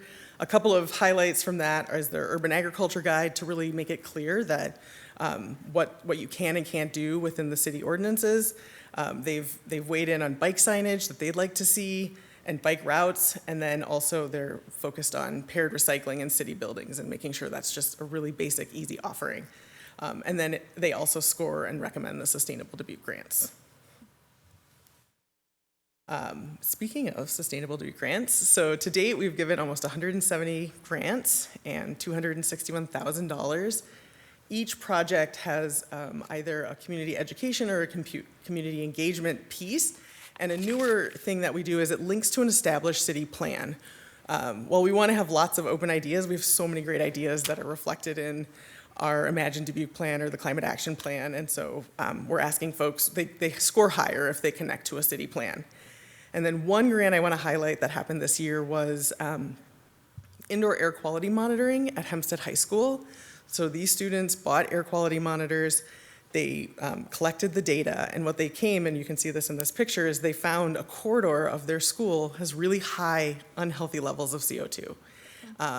And so they've since taken that to their administration, and I believe things are happening where they're addressing it, whether it be like indoor air quality fans or opening a window, but they connected it to some health impacts that they were students and teachers were experiencing. So it was really cool to say that like we funded these air quality monitors for the students. Okay, We have this thing coming up called the Growing Sustainable Communities Conference. So far, we have 333 attendees registered, and they're representing 13 states and Canada. I will say that we've had a couple of different state employees from California unable to travel to Iowa using state dollars from California because of policies at our state level. So that's been a challenge, in addition to our airport not having service. But we do have 3 amazing keynote speakers that I'm really, really excited about. They represent different sectors, and it's just, they're gonna be phenomenal. So April 23rd and 24th, mark your calendars. Okay, so why do we do this? The city manager told me I could put one doomsday slide. I may also have 3. I'm like sort of following directions, but okay. So NOAA, or the National Oceanic and Atmospheric Administration, announced that 2023 is the warmest year on record since 1850 when we started tracking. I gotta read this really carefully because I want to get the stats right. And not only is 2023, did it beat the previous temperature, it did so by a record-breaking margin. So it's 0.15 degrees Celsius warmer than 2016, which was previously the hottest year. Earth's average land and ocean surface temperatures in 2023 was 1.18 degrees Celsius. And if you look at the Paris Accords, we're really trying to keep things below 1.5. So that's a pretty scary number to consider. And then if you think about just the brain health impacts of this, over half of city dwellers, or 57%, feel that temperature extremes adversely affect their mental well-being. So it's not just an environmental thing, this is a people problem. And the 10 warmest years since 1850 have all occurred in the past decade. This means we must take action. So this is a very localized picture. This shows flooded areas when the river stage was at 24.3 feet last spring. At this river stage, stormwater intakes at Greyhound Park Road, at Admiral Sheehy, start to backcharge onto the roadway. And so in thinking of future planning, raising the roadway on the island is really important so vehicles don't have to drive through floodwater, but we're already seeing these impacts right here in Dubuque. And then here's another look. These photos were generously shared by local photographer Will Hoyer to prove the point that these are 6 weeks apart. So record high or near record high water levels in late April, and then 6 weeks later, drought-like conditions in June. And we're still experiencing that drought. This summer, we also experienced wildfire smoke impacts, which is definitely a public health issue. And with increased heat, we expect to see a 155% increase in energy demand related to air conditioning. And so at its core, if you think about affording air conditioning and who has air conditioning, it's a justice issue. And then also thinking about climate change in general, it's environmental, it's health, and it's economic impacts. And our frontline communities are bearing the brunt of these impacts, first and worst. So how to address this? We're looking at trees and green space, complete streets, and energy efficiency. We're also really trying to align our work with other departments. So one of the things that I'm really excited about and has been, I don't know, decades in the making, is tracking the city building's energy performance. It's not something we've done before in a concerted effort, and so we're putting it all into the Energy Star portfolio, and we'll be able to track it and see trends. My intern already pulled me aside today, and she said, Gina, these numbers from Sutton Pool look off. Well, it was from when we were only open a couple days during one summer, but it was great. It was like really easy to see. And then I want to make sure that we highlight this amazing opportunity in partnership with Dubuque Trees Forever. So one of the ways we're going to address the needs of our most vulnerable population through climate action is increasing our tree canopy. So data from all over the world shows that access to green space increases people's mental health, physical well-being, sense of community and belonging, and pro-social behavior. So tree canopy is strongly correlated with a reduction in violent crime as well, including gun crime across the United States. Tree canopy reduces overall neighborhood temperatures and green space, increases people's feelings of connection, community, and belonging, which improves people's ability to self-regulate. So we have great partners, as I mentioned. We're going to plant over 5,000 trees in 4 census tracts in 4 years. Little concerned about that, but we're going to do it. And then we're going to build on the model of the Teen Resiliency Corps for a workforce development component in it. So teens will be learning to plant and water and prune and care for trees. And then the plan is that they're going to get jobs at the Parks Department for the summer. So we're really excited about this. And you can see on here an interactive map. I want to give a shout out to GIS because they made this really cool map where you can go on, you can type in your address and see if you're eligible for the free trees. And then some of our climate action outreach that we've done over the past year, we did Parking Day, which is an annual event that encourages people to turn parking spaces into public spaces. And we hosted 22 mini parks last September in downtown. It meets a lot of our climate action goals and encourages alternative transportation. And then our tree voucher program leveraged $7,675 to $17,821 that was spent at local nurseries, and 86 trees were planted. And then our performance measures stay pretty much the same. We haven't quite cracked the 50% of grants received to grants given, but we are, as you saw from my earlier slide, we're giving out a lot of funds and we're getting a lot of cool projects happening. And our pesticide-free parks have stayed the same, but we are trying to do more education around how we use pesticides in parks because it's not quite like the blanketed spraying that I think people imagine. And so some of that education, I think, has also toned down people's desire to have that label of pesticide-free park. And then there's one recommended improvement package, which is focused on that energy equity in buildings and housing. We know that those least responsible for the climate crisis are the ones that are most impacted, and making sure that we're not holding up systems of injustice. We really need to hear from the people who are impacted, and so this improvement package will help us do that and then get people the resources they need to make sure that their homes are energy efficient.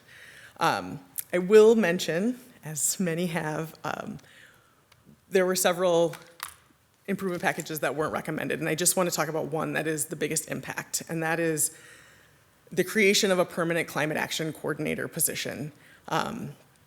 It's a limited term right now, and it's set to run through fiscal year 25. As Corey mentioned, we have an offer out there. We had a great candidate pool, but it's hard to hire somebody for a really, really short time. And you know, there's no impact to this fiscal year, and so it would have been really nice to have the security going into the next fiscal year to be able to say, hey, you're going to stick around for a long time. But that's it. So thank you very much for all of your support now and moving forward. Great. Thank you, Corey, Terry, and Gina. We appreciate it. We are in a public hearing to consider the city manager's office budget for fiscal year 25. I think we lost our crowd here in the room, so wondering, Corey's getting her online version there, see if we have any virtual comments. There's no virtual input. Thank you very much, Corey. Anything? And no input. Thank you, Adrian. All right, with that, back to the table. Any discussion, any questions? Mr. Resnick. Mr. Mayor, I do want to point out that the city manager's office has had their fair share of no's as far as requests for improvement packages. They're disciplined on their own department as well.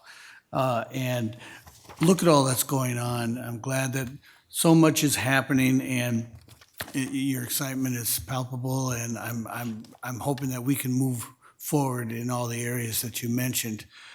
So again, I've been a witness to just some of these wonderful activities that have been going on, and whenever I've been there witnessing things, some fantastic things have been happening with all of your work. So thank you very much for the work that you do for our citizens.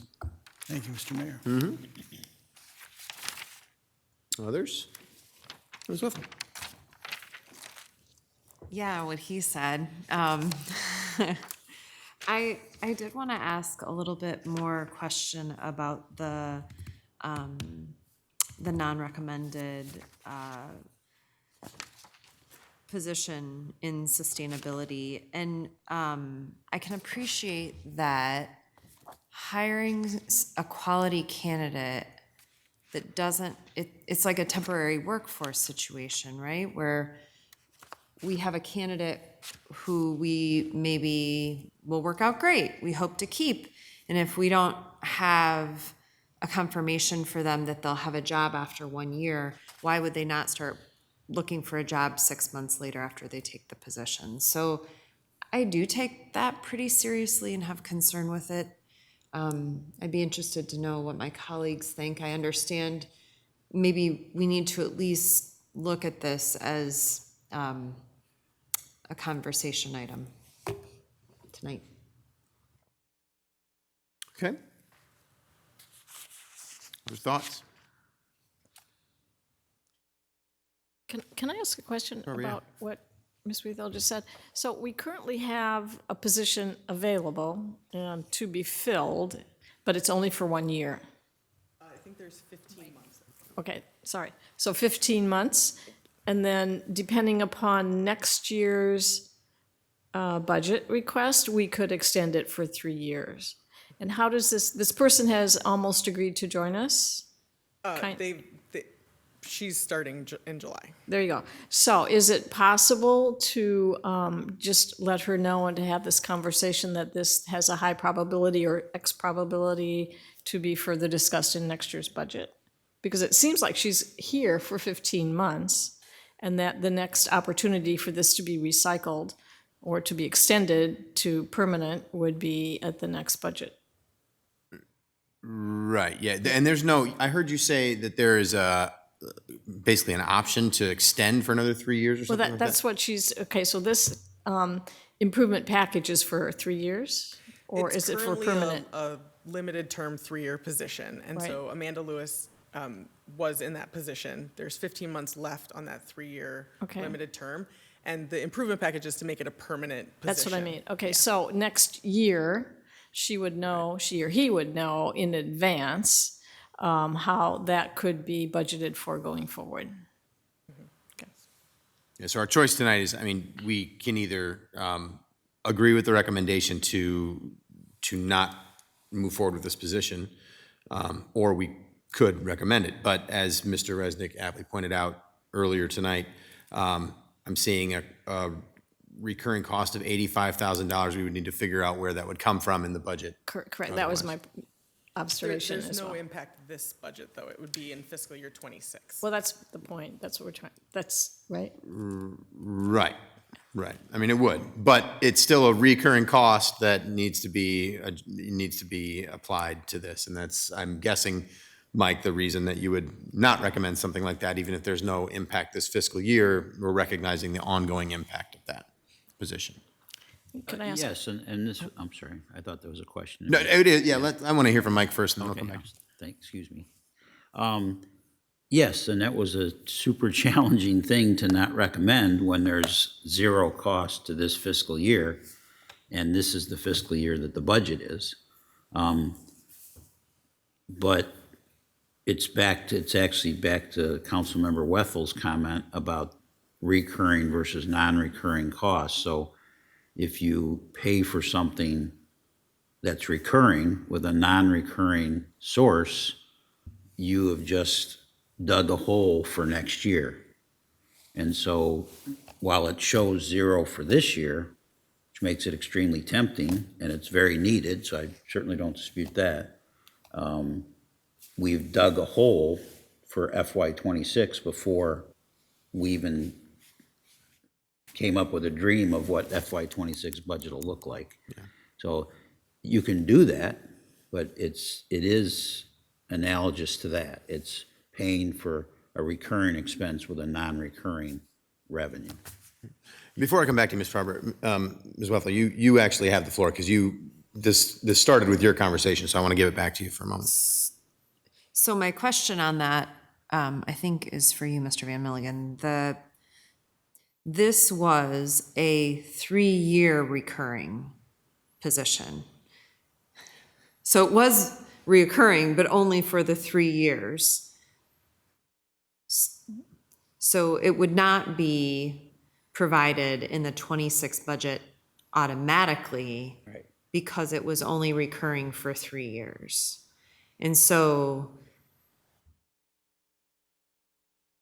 I guess in my head, I can't quite understand how this is a non-recurring if we've been budgeting for it for 3 years. So we try and express it a little differently.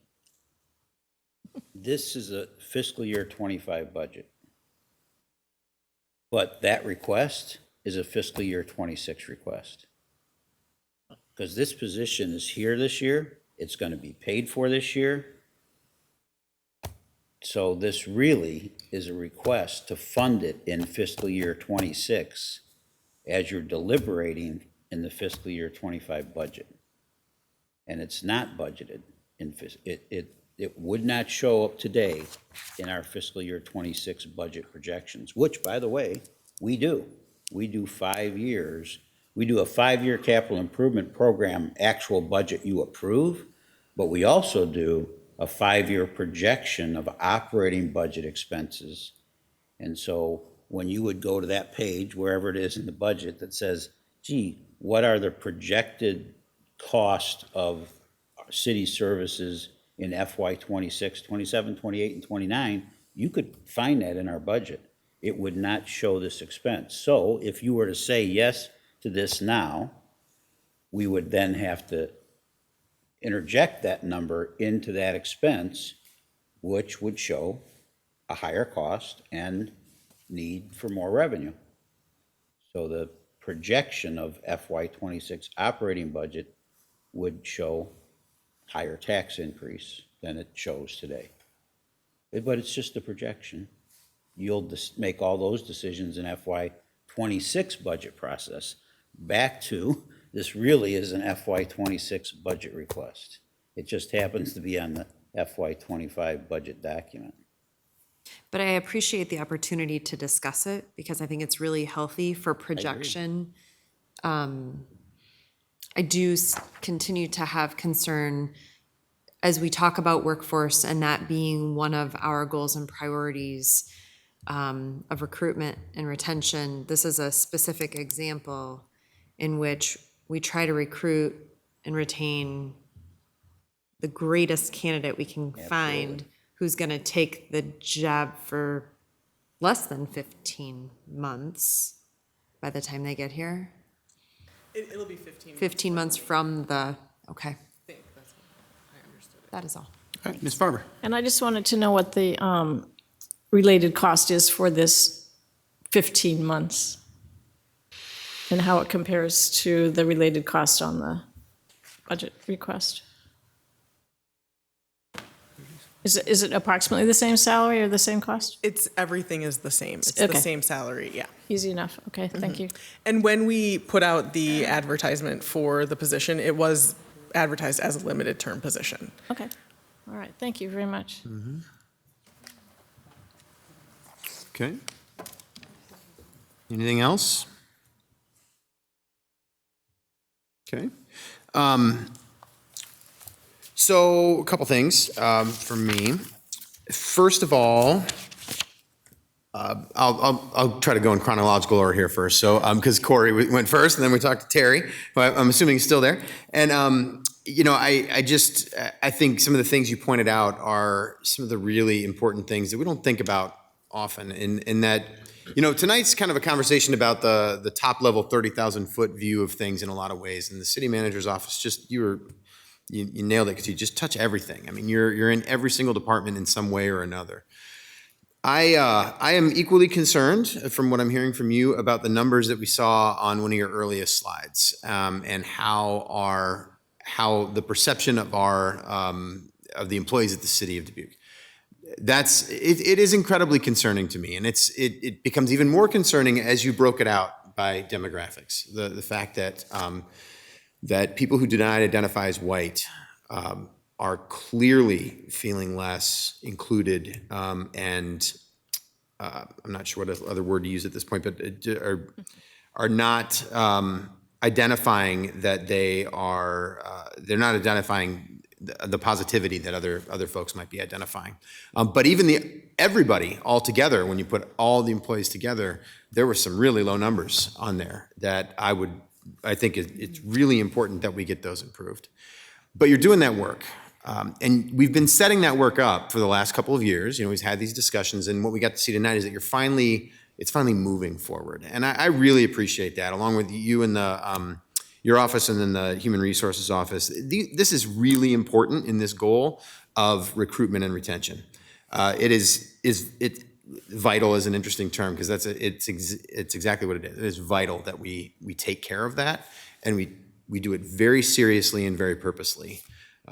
And I think we recognize that here in the discussions that we've been having about this over the last couple of years, and I'm really glad to be seeing pictures of that in motion tonight, because that's a great concern for me, I know, as we talk about this. So thank you for your work on it, and I'm looking forward to hearing information, updates. I think it would be great if we could, and I think we've done this already, but some updates before next budget season to hear a little bit more about how that's going. I'd love to see some of the numbers that are coming from that as you do post-tests for some of these different, post-surveys for these different efforts that you're making. So that's great. Terry, thank you so much for your presentation too. We talk a lot about the work that you have done and the ways that you have led us to do that work. I think we have learned so much from you. I know I have, about how to get that kind of work done and work on the different levels of government and be able to really advocate for the needs of our community and our residents here. And we have seen some great success in that this year. And I think there's likely more to come. I think we're going to continue to see that. We've got some big grants out there right now, and it is just a transformational time. And to be able to access that as a city, I think will be a major difference maker for us. Gina, I do have a question for you. Actually, you said something about the science-based target. What does that look like in creating that? What goes into that? What will it take for us to create that? So what our consultants who did our inventory said was 62% reduction over our 2018 levels. It's a huge jump for us because we saw emissions continue to rise up until about 2018. And so to stay with the Paris Accord and do our fair share, that's what they set as our science-based target. Got it. So essentially, we have the numbers. We just need to adopt it. As we need to make it policy if we wanted to do that. Okay. Thank you for that. Could I, Mr. Mayor? Yeah, I guess I didn't understand that answer. It seemed to me that what you're saying is it's not 50% by 2030 that should be our target, but 62 by 2030? It would be 62% of our 2018 emissions by 2030. So it's completely moving the goalpost. So it's taking our base year of 2003 and moving it to 2018, and then an even larger reduction of 62%. Okay, so something completely different than we agreed to. Thank you. Yeah. And based on, and you're saying science-based, so it's based on variables that have been looked at by the consultants to be able to say, these are the variables that really matter. Yeah. And these are the things we need to do. Yeah, and looking at the global perspective as well as what has shifted in climate and where energy sources are moving to. Yeah. So thank you. And I don't think it's probably not going to surprise anybody since Gina and I were able to take this, very, I think, important trip to COP28. And I have to say, I was deeply impacted by that trip. It has changed me in some way to recognize the connection that we have to the rest of the globe in that way. It is absolutely on my mind, and I'll just give you a quick preview of goal setting. I will be talking about it, just to tell you that, as we think about August, it's one of those things, I'll be talking about that, and Ms. Farber will be talking about AI, I'm guessing, continuing the theme for the night. But it is that important, I think, that we begin to discuss this and figure out, we've been a leader in this field for a long time, but as we led for a while and pushed the envelope, we've sort of been in the race and people are passing us by, and This is a discussion that's very active all over the United States, all over the world, and I want to keep the city of Dubuque in it. That's this personal desire. Also, I was alarmed by some of the things we saw last year. You reminded us about the wildfire smoke. I mean, that lasted forever, it seemed, throughout the summer. I mean, it was our entire summer around here. This is a big deal. The river, what in the world was that? It flooded, the third highest flood since we built the flood wall in this town, and then the pictures from Mr. Hoyer were great because it was just within a month later, we had a drought. It's shocking. It's something that there are things we can do about it, and I think we need to do some of those things. Now back to tonight. That's the challenge here. This budget is tough, and I do think we need to seriously consider this position for Gina's office. I do think we should have that discussion next year. I think it gravely complicates things tonight to talk about it. And I get the fact that it's very difficult to hire in that situation. It really is. And I appreciate that you brought it up for what Ms. Wethel said. You know, we need to start talking about that now so we can start thinking about it as we move forward. We have it budgeted for the year. I'm glad we do. I'm glad you've got a person that you're looking at hiring and you had a good candidate pool. Very hopeful that we're going to be able to do that and have somebody in that position to be able to continue the work that you've started. But I do really think we need to consider that next year, and I really hope you bring it back because I think we need to talk about that to be able to do it.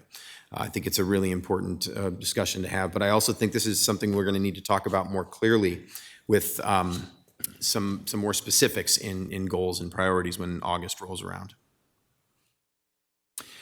So I think that's all I had. Any further questions or discussion? Okay, great. Then we thank you very much, Gina and Corey and Terry. Thank you for sticking with us up there.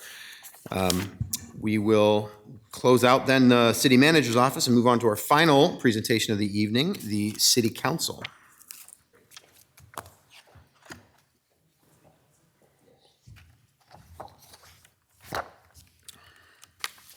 And Corey, I'm guessing that's you again, right? No? Oh, it's Mike this time. All right.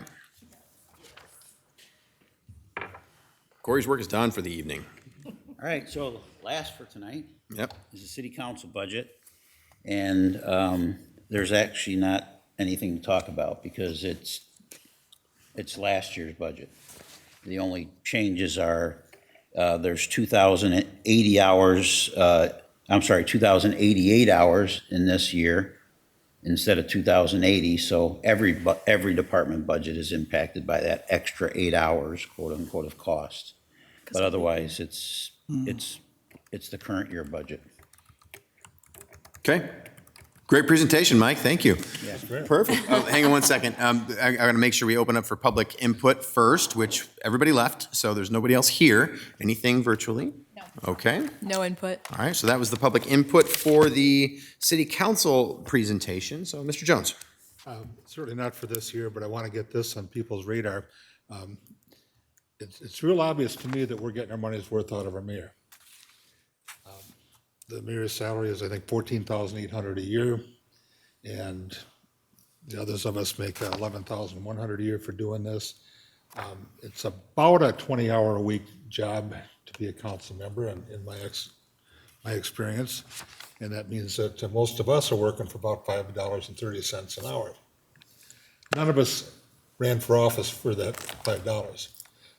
It's important to the community, I think, because it allows people that might be earning an hourly wage to even be able to consider serving on a city council. They have that little bit of cash replaced in their lives. But I am concerned that for a very part-time wage, we've got a full-time mayor who's working morning, noon, and night, and literally 10:30 at night, 11 o'clock at night, sometimes once or twice we're saying good morning to each other as we leave here after a lengthy session. And I just think that needs to be on our radar, that the compensation for the mayor in particular is just incredibly undercompensated. I'm thinking the guy's working for about $3 an hour, and he's a family guy. He's a homeowner. He's got all the expenses that all the rest of us have, and he's dedicating almost his entire waking life to the city of Dubuque right now. It just needs a conversation. I think next year is the year that those things get reevaluated by a citizen commission, and I want to get those thoughts in front of all of you as we move towards that. So that's all I got. Mr. Mayor, can I Jones, add yeah, Ms. Farber? a comment as well? One of the thoughts I've had as well is in terms of the hours that we all spend in service to the city of Dubuque, and in relation to the compensation. I think if there were a greater compensation, it might also incent those residents that are perhaps working that perhaps could take this on as well if the remuneration was higher. And I think we perhaps are a little remiss in not understanding that the mosaic of those of us here have a lot to donate, and we have given service, but there may be others out there who would love to give service but can't necessarily afford it. And if the remuneration were higher and a family could live on whatever it is that we come up with and discuss going forward, would be interesting to further discuss. And I know it's never been that way in the city of Dubuque. It's really a voluntary time to donate to service. But I'm really thinking that as we're trying to look for different people to be amongst this group going forward, that we may have to kind of just think about it, just reflect upon it to maybe increase the base remuneration for those of us that do this job. So, and again, a next year conversation, but I think I agree with Rick that, and it's in addition to, Brad, all the time that you do spend and that we all spend, it's also, does it create some kind of a barrier for those that really want to serve but cannot really afford to serve? And I think that we should, maybe do some research and see how other cities operate and see what the remuneration might be for these kinds of positions. So thank you for listening. Yeah, I appreciate the comments. So we do have a process where we have, we named some people in our own, we appoint people individually for a compensation review for the city council. And it does happen in the next election cycle. And it happens every 4 years. It's an uncomfortable conversation to have when you're sitting here. And while Mr. Jones, I appreciate your comments. I appreciate you bringing it up. I just want to make it really clear. I'm making a choice in my life to do this at this point and do it in the way that I do it. And that is a choice. But I appreciate it. But as we have a really difficult discussion about other positions that we need really badly and what we do with the budget, I think it's the reason why it becomes so uncomfortable when you're sitting here to talk about what it means for city council. What I do think about, though, is what it means for the city council in the future and for the future of the city of Dubuque. And I'm a little more concerned about what you just said, Ms. Farber, that I do think that at times it could potentially block somebody from running for office for the right reasons to run, but at the same time make it challenging. So, yeah, I don't think anybody I've heard is advocating for any changes in the budget that Mike has presented to us for this year. Interesting conversation piece to think about for the future, but I really hope it's a conversation that the public has about their elected officials, because I, for one, do not want to have that conversation about the position I'm in while I'm in that position. And I think that that's the reason we've set up the situation that we have, so other people have that conversation about their elected officials. But still food for thought, so thank you for bringing it up. Okay. All right, well, with no other discussion on that, we have reached our final public hearing of the evening. Now, I did promise it earlier that I would leave space just at the end of every night. It is going to be late like this, but is there anything else that anybody else needs to talk about that we've discussed tonight? Okay, not seeing anything or hearing anything. So with that, no more business tonight. We'll see you all tomorrow, and we will be adjourned.